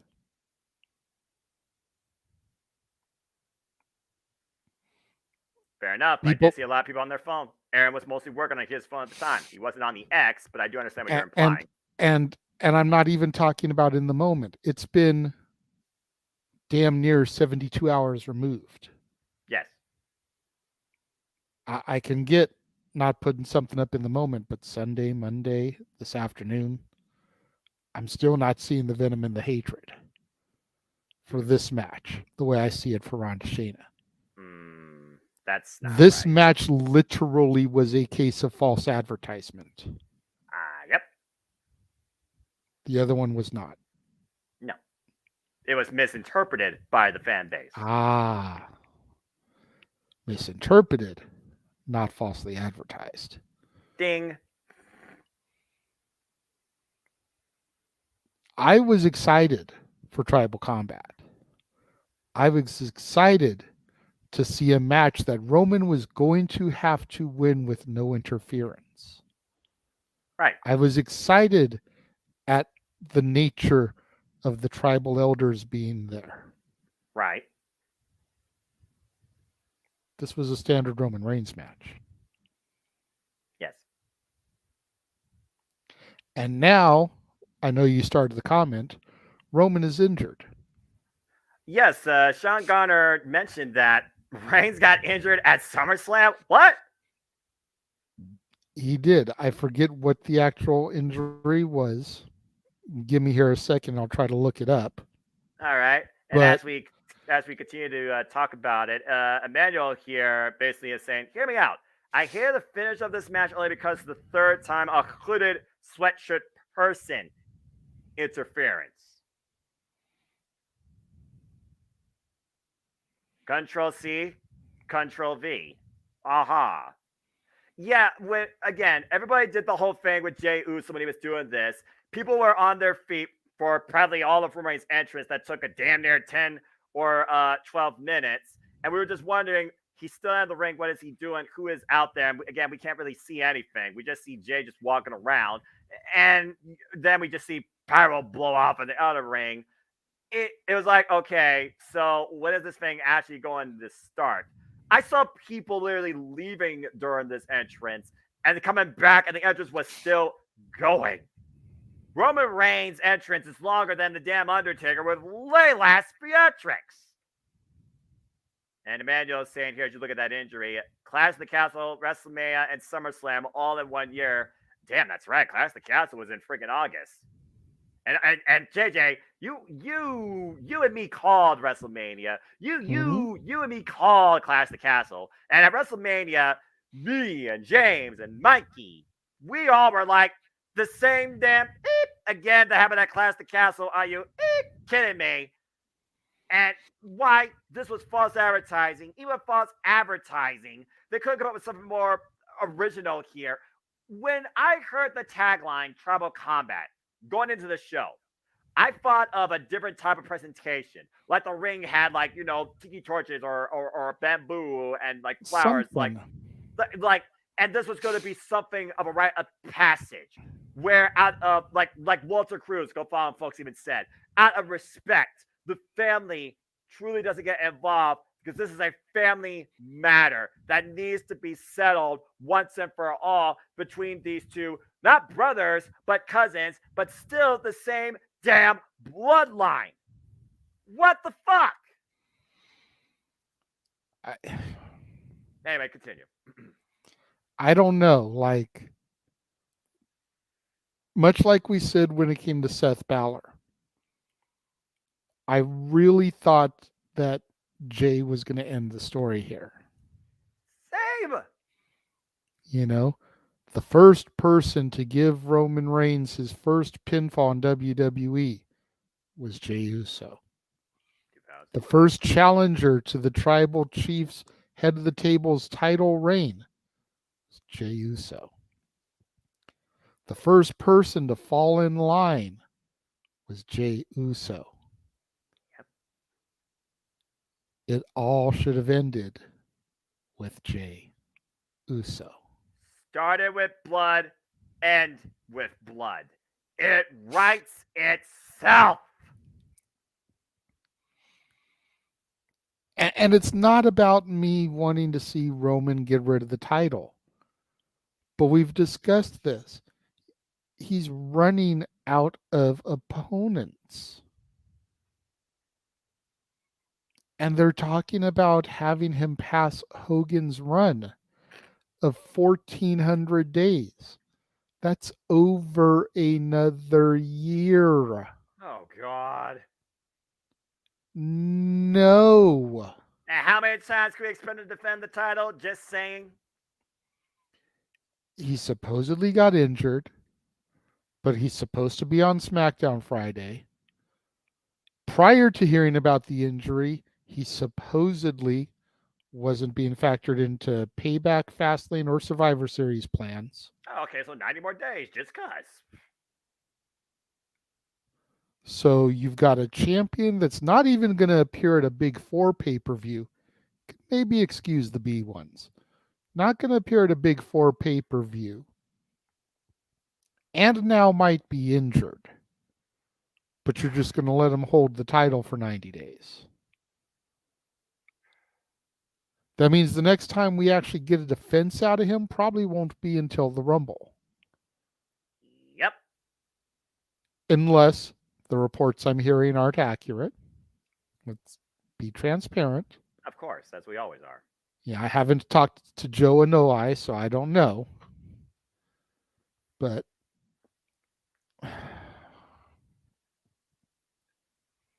the audience was practically falling asleep here at this point. I'm getting to the point where I don't care about the Bloodline story anymore. And it's sad because we've been talking about for the better part of the last year and a half how this storyline has been so captivating that the WWE deserves a freaking Emmy for it. If no one else, Paul Heyman. I'm not even talking about for the acting involved, just the story writing. Right. I get you. They deserve an Emmy just for the story. To say nothing of Best Actor Roman Reigns, Best Supporting Actor Paul Heyman. Yeah. While he was there, Best Supporting Actor Sami Zayn. They deserve an Emmy just for the writing of this 3+ year story. Mm-hmm.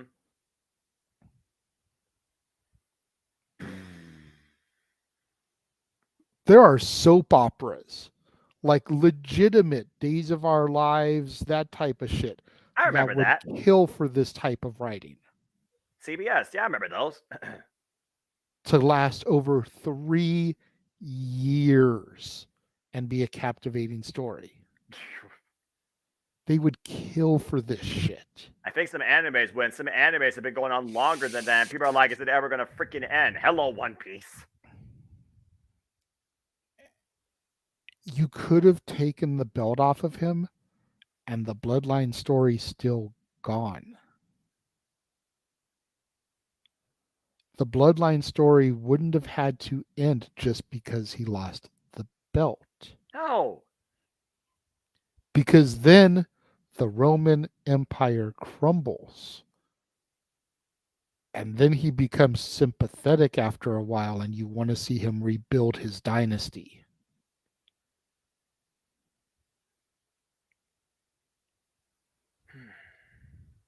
All right. You see him fall to the point where he actually starts to go after like the United States title. Okay, I got this. Now let me see if I can go back after the world title. From rags to riches. Yes. Story as well as time itself. When a king becomes the common man to get back to his throne and maybe be better than what he was before. A reflection in human identity. You referenced the Titanic in a wonderful comment during the No DQ review.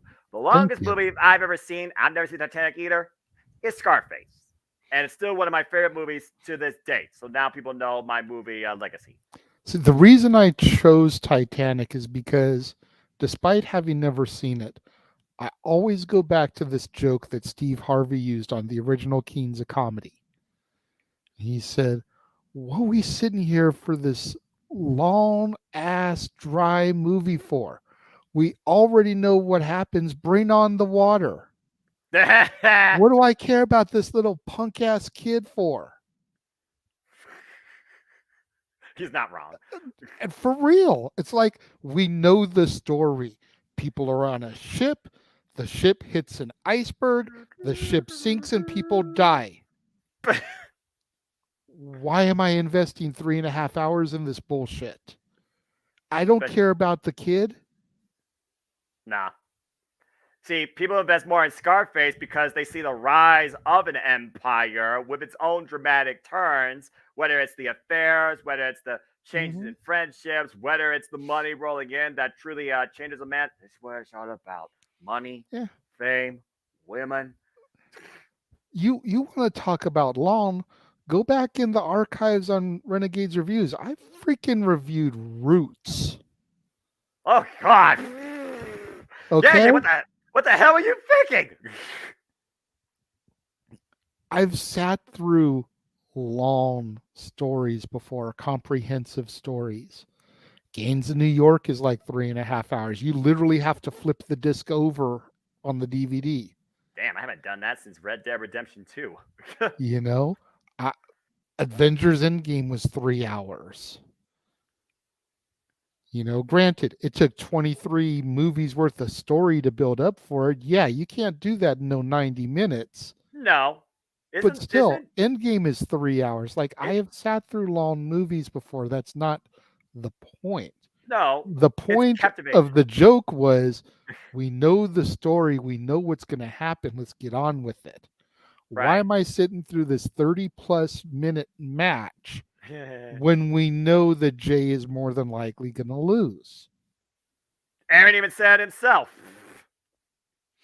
At one point, though, I thought Jay had it when Solo ended up being speared by Roman, and Jay finally set up Roman for the splash and freaking connected, I was this close to figuring that Jay was going to do it.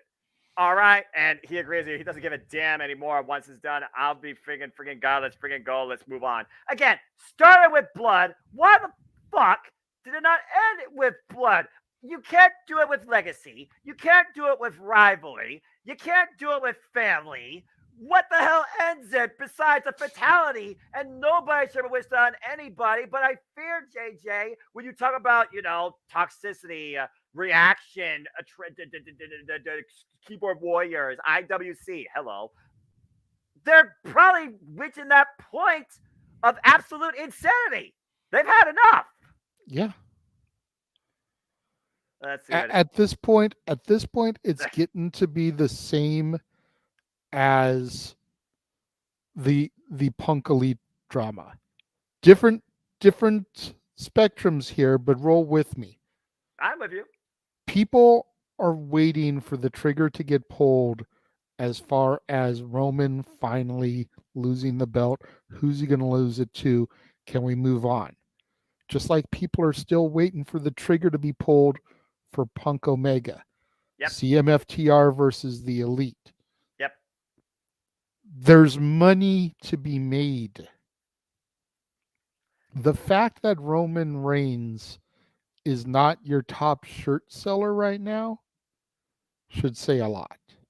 Yeah. Roman has been moving merch like crazy, and I get why they've been keeping it on him.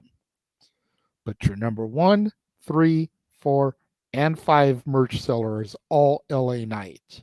Yeah. I'm not saying have him dethrone Roman Reigns. No. A little bit too soon. Agree. But we need to move on from here. Imagine. Go with me here, businessman. Imagine the merch, the website crash. Nobody goes out of the stadium until after 1 a.m. If there's a new shirt that says, acknowledge your new tribal chief and WWE Universal Champion, Jey Uso, blood finishes blood. Imagine! And Jey Uso's been built for this for 3 damn years. Nobody realistically was more of an authentic pick at this moment to take it from Roman Reigns 1,070 odd fucking days later than Jey Uso. And he didn't fucking they didn't let him do it. At the end of the day, they turned this into Cain and Abel, where proverbially the older brother Jimmy killed his younger brother Jay. And for what? A one-on-one filler program with these two at Payback? When Jimmy was the one that pulled the trigger against Roman Reigns in the first place and not the champions? What are they thinking here? False advertising aside, this storyline is all sorts of just constant rinse, repeat. When can we expect something different? How many times can you play the same damn TV show and the same damn episode on your freaking streaming service before you go to the point that you hate it and want to delete it from your freaking library? Not everything needs a fucking encore 2 or 3 damn times. And Roman Reigns has had it now 3 times in less than a damn year. Agreed. We're sick of it and done with it. Anyway, back to the match itself. Yeah, I was like, what the fuck? You don't have any sort of tribal setting. You couldn't do anything like maybe, fire LED or something like that. You couldn't make this feel like the end of The Lion King. Yes, I've seen that movie. With freaking Mufasa and freaking Scar, for example. Cinema aside, there's a reason why I don't watch movies, for Pete's sake. I freaking get drawn out of it. And the most you do in this match is a damn leather strap, a table, and a kendo stick. That's the originality you come to play with. And then you don't have anybody at ringside. You go into the audience for a little bit, not like AEW does, for a little bit, only for Solo. Solo, the constant problem solver, the constant difference maker, the constant interferer to get involved in this. Only for Jimmy to come in and screw his brother versus helping him or eliminating Solo himself or not being involved at all. If this was truly tribal combat, it should have been Roman, Jay, one-on-one, Paul Heyman pleading for Jay don't do this. I acknowledge you, my tribal chief, to the point, though, that Jay ignores Paul Heyman, and Paul maybe realizes, okay, Jay, I will acknowledge you. Go ahead and finish this. At some point, Jay finally hits the last emphatic move, whether it's spear, whether it's splash, whether it's something we've never seen, that is called one and done. Jay Uso should have been the fucking one to finish this freaking story of the tribal chief and the rite of passage to it. It shouldn't be a fucking rinse and repeat hooded guy interference, ending it with Roman still retaining the damn championship. Simple as that. But I digress. God bless it, that pissed me off. Damn it. Sorry, not sorry. Yeah, I was just really, and again, people, as soon as the bell rang, people were leaving in droves, and I figured it was one of two reasons. One, they were pissed off like me. Two, it's downtown Detroit. It's past midnight. You got to get the hell out of there. And as far as us being there, we were sitting in our seats for damn near 5 hours. We were ready to get the hell out of the building. Why AEW has 3 hours, 58, 30 minutes. This show clocked in at 4 hours and 10 minutes. Again, Aaron Riff, it was definitely longer than expected. The atmosphere is something different, but you're much better just being at home, especially when there's a disconnection, when you don't really see everything that happens based on where you are. At one point, not during this match, the higher up seats, the cheap seats, were saying, turn down the lights, because they were blinded so much by them, they couldn't see downwards towards the action. Anyway, let's go ahead and see what Amanda's got to say. I appreciate you, man. If Roman won this clean, this would be top SummerSlam, or even Jay. I think you mean Jay, botch, because Jimmy was the one that was fighting on behalf. It wasn't that hard. I've said it 4 times. I'll say it one last time. It's not hard to book. It's just hard to finance. And why Virtue went on a bit of a tirade, as he does, when you do something that goes against the business moniker of Roman Reigns being on top in the main event and the perspective towards the match itself versus everything else. It's not about blank, blank, marky, mark, blank, blank, mark, mark, blank. In fact, I wish good old JM would crash this right now and give us a more emphatic of his side of things. Maybe we'll get that open mic night. The bottom line is this. Wrestling is subjective.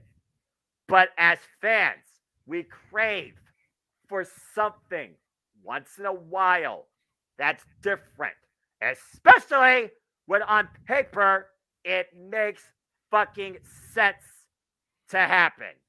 Exactly. Roman Reigns has been shown now he is vulnerable by Jey Uso. Cody Rhodes was not the one meant to finish the story clearly. But at least not at that moment. Exactly. But now you bring in that nugget that they might have him for another year. Cody, why did you come back to WWE in the first place? I know you're trying to finish your story, but it sounds like at this point you're just there to try and be the next guy on Monday Night Raw. Again, he and Seth even talked about this town. Not to go into a side tangent.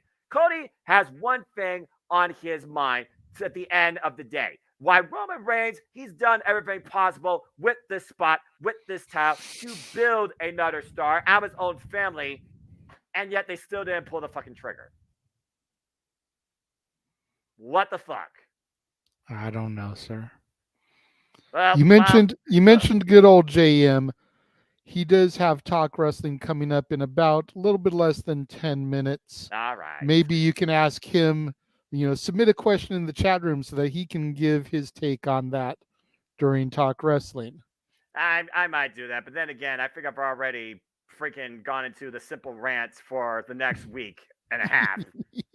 But always a pleasure, JD. So that being said, from a live perspective, it was fun, but would I do it again? No, honestly, I wouldn't. You don't really get the full scope of it. It's based on where you are, when you don't really see a whole lot of it from just a screen. And even the screen doesn't show all of it. And more often than not, it's cheaper and more comfortable to just do it right from home, and you're more connected. Whether I subtly hear their commentary or I'm actually doing our own commentary that sometimes tells the story to a different degree better than what Michael Cole can do with, God bless what he tries to do, with you and me. So at the end of the day, it was a great first live ever stadium experience, but I'm not seeing it again. anytime soon. As far as this SummerSlam, I was being personally biased in my grading because, again, it was great to catch up with Aaron, Caitlin, Aaron, Amy, and Misha and Gosuku because at the end of the day, we're in this for the love and the passion we have for the business, but also to engage with the friends we have made. And that makes it even more better. So, for just engaging with them and being in that atmosphere for the first time and taking all that away and seeing Gunther live, along with so many others like LA Knight, I did give it an A minus, but realistically, from a rewatch encore standpoint and from our talk tonight, it was a B level show. Not bad, but definitely not great. And it really soured when it came to the main event. Mark or not, facts are facts. Simple as that. But that being said, JJ, you did commentary with James. We further broke it down here tonight. So, what is your final take of WWE SummerSlam this year? I'm right about there with you. I'd say a B plus. All I'd give right. it a B plus. I still feel like, despite it being LA Knight's moment, that Battle Yeah. Royal could have been taken off the show. That would have trimmed some of the time down, even if you weren't going to throw Trish and Becky onto the card. Yeah. You take that off, and the show now comes in under 4 hours as opposed to over 4 hours. Right. I still honestly feel that Ronda Shayna maybe should have happened at Payback instead of here. We could have built the story a little longer, given Trish Becky that spot. Mm-hmm. But B plus, and I stay steadfast in my belief that MMA rules match was not as bad as the IWC wants to make people believe it was. Look, I'll just say this real quick. I believe in Joe Hendry. God damn you. More than I will ever believe anything. We didn't say his name and he still appeared. Yeah, no, that's right. Because he probably believed in 250 pounds of pure motivation. I just had to bring his mood. Anyway, I will say this again from a live perspective and the stadium domino effect to the rewatch perspective and the broken down. Again, I echo your exact same sentiments. But what they did with that main event definitely soured me. And it was an interesting stadium experience. Here's the updated leaderboard, by the way, for the team. Right now, it is a trilogy of leaders with Mr. and Mrs. Riff. Go figure. And Steve-O holding it down with Walter, Big G, TJS, then Fall Pursuit, followed by me and good old JM. The Daz noise on wrestling right now. The Professor is beating the Renegade. I like this personal competition that I'm making up right now as we go. JJ, you still got a lot more time. At least I'm ahead of Mansfield, damn it. That counts for something, right? Damn right. Damn right it should. And I hope that tonight counted for some and for a lot of people too. Again, thank you to everybody that's engaged with us on all the platforms that we've done with coverage, reviewing, predicting, and analyzing the whole entire biggest part of the summer too. We'll be back here again very soon with some coverage of Multiverse United. You know that the Renegade, you know that the Man the Marquee, you know that me, James Hebert, and all the friends of the Multiverse Media always have stuff for you every week here. So with that, we'll bid you a fine adieu and turn it over to the man who's on the marquee here very shortly too. Before we conclude, as always, JJ, it's a pleasure. I know we'll be once again engaging in content very soon. So with that being said, what you got coming up and where can people find you? You can find me on social media, the Renegade JJ Williams on Instagram, ROWJJ Williams on Twitter or X, YouTube, Casa D18 Studios, where you can subscribe to the members only section. Only $5 a month, get lots of exclusive content. The final poll went live today as far as what SummerSlam match you would like Noah and I to call. 4 choices are as follows: Bret Hart versus Mr. Perfect from SummerSlam 91, Rock Triple H from SummerSlam 98 in a ladder match, Chris Benoit versus Randy Orton from SummerSlam 04, and the standard British Bulldog versus Bret Hart, SummerSlam 92. Yes. Notice, 3 of those 4 matches are for the Intercontinental title. Only one of them is for something bigger than that. Big gold, quite literally. So, got all that coming up. Got 1 week to vote for those of you that are in the members only section. So, going to be curious to see what the winning vote goes to. As am I, as I'm always happy to cover anything, then, now, and forever, in all things wrestling. Looking very forward to that. So, folks, become a member today. Get your vote in. Set the bar, set the pace, set the events that me and JJ will call and bring a retrospective. It's as simple as that. And JJ, it's always a pleasure doing this with you in any simple form, too. Thank you, Emmanuel, by the way. Appreciate you. And again, always appreciate your and Arlene's support. We'll see you guys soon. Again, I'm sure on Stupid Predicting and other stuff too. If people want to know more about me as you've tuned into this fun little shenanigan, know this, for I am but a simple man and a lifelong fan of professional wrestling. Damn it!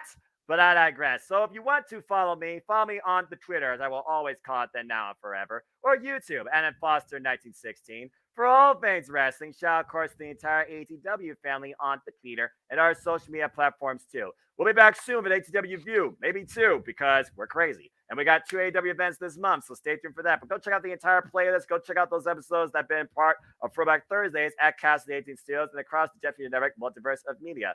Find me on the Twitter for all live league updates, simple hellos, wrestling takes. Yes, I updated it, folks. I love that car. People think that should be an album cover if I ever do music. Yeah, that'll be the day. Anyway. Noah, that's what I call music, Volume 1. Don't you try and take the cherry Camaro and me standing by it as an idea, JJ. Dadgummit.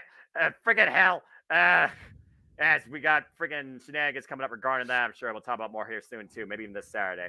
Anyway, follow me on the Twitter and on YouTube for all league updates, forums, predictions, and all sorts of stuff, too.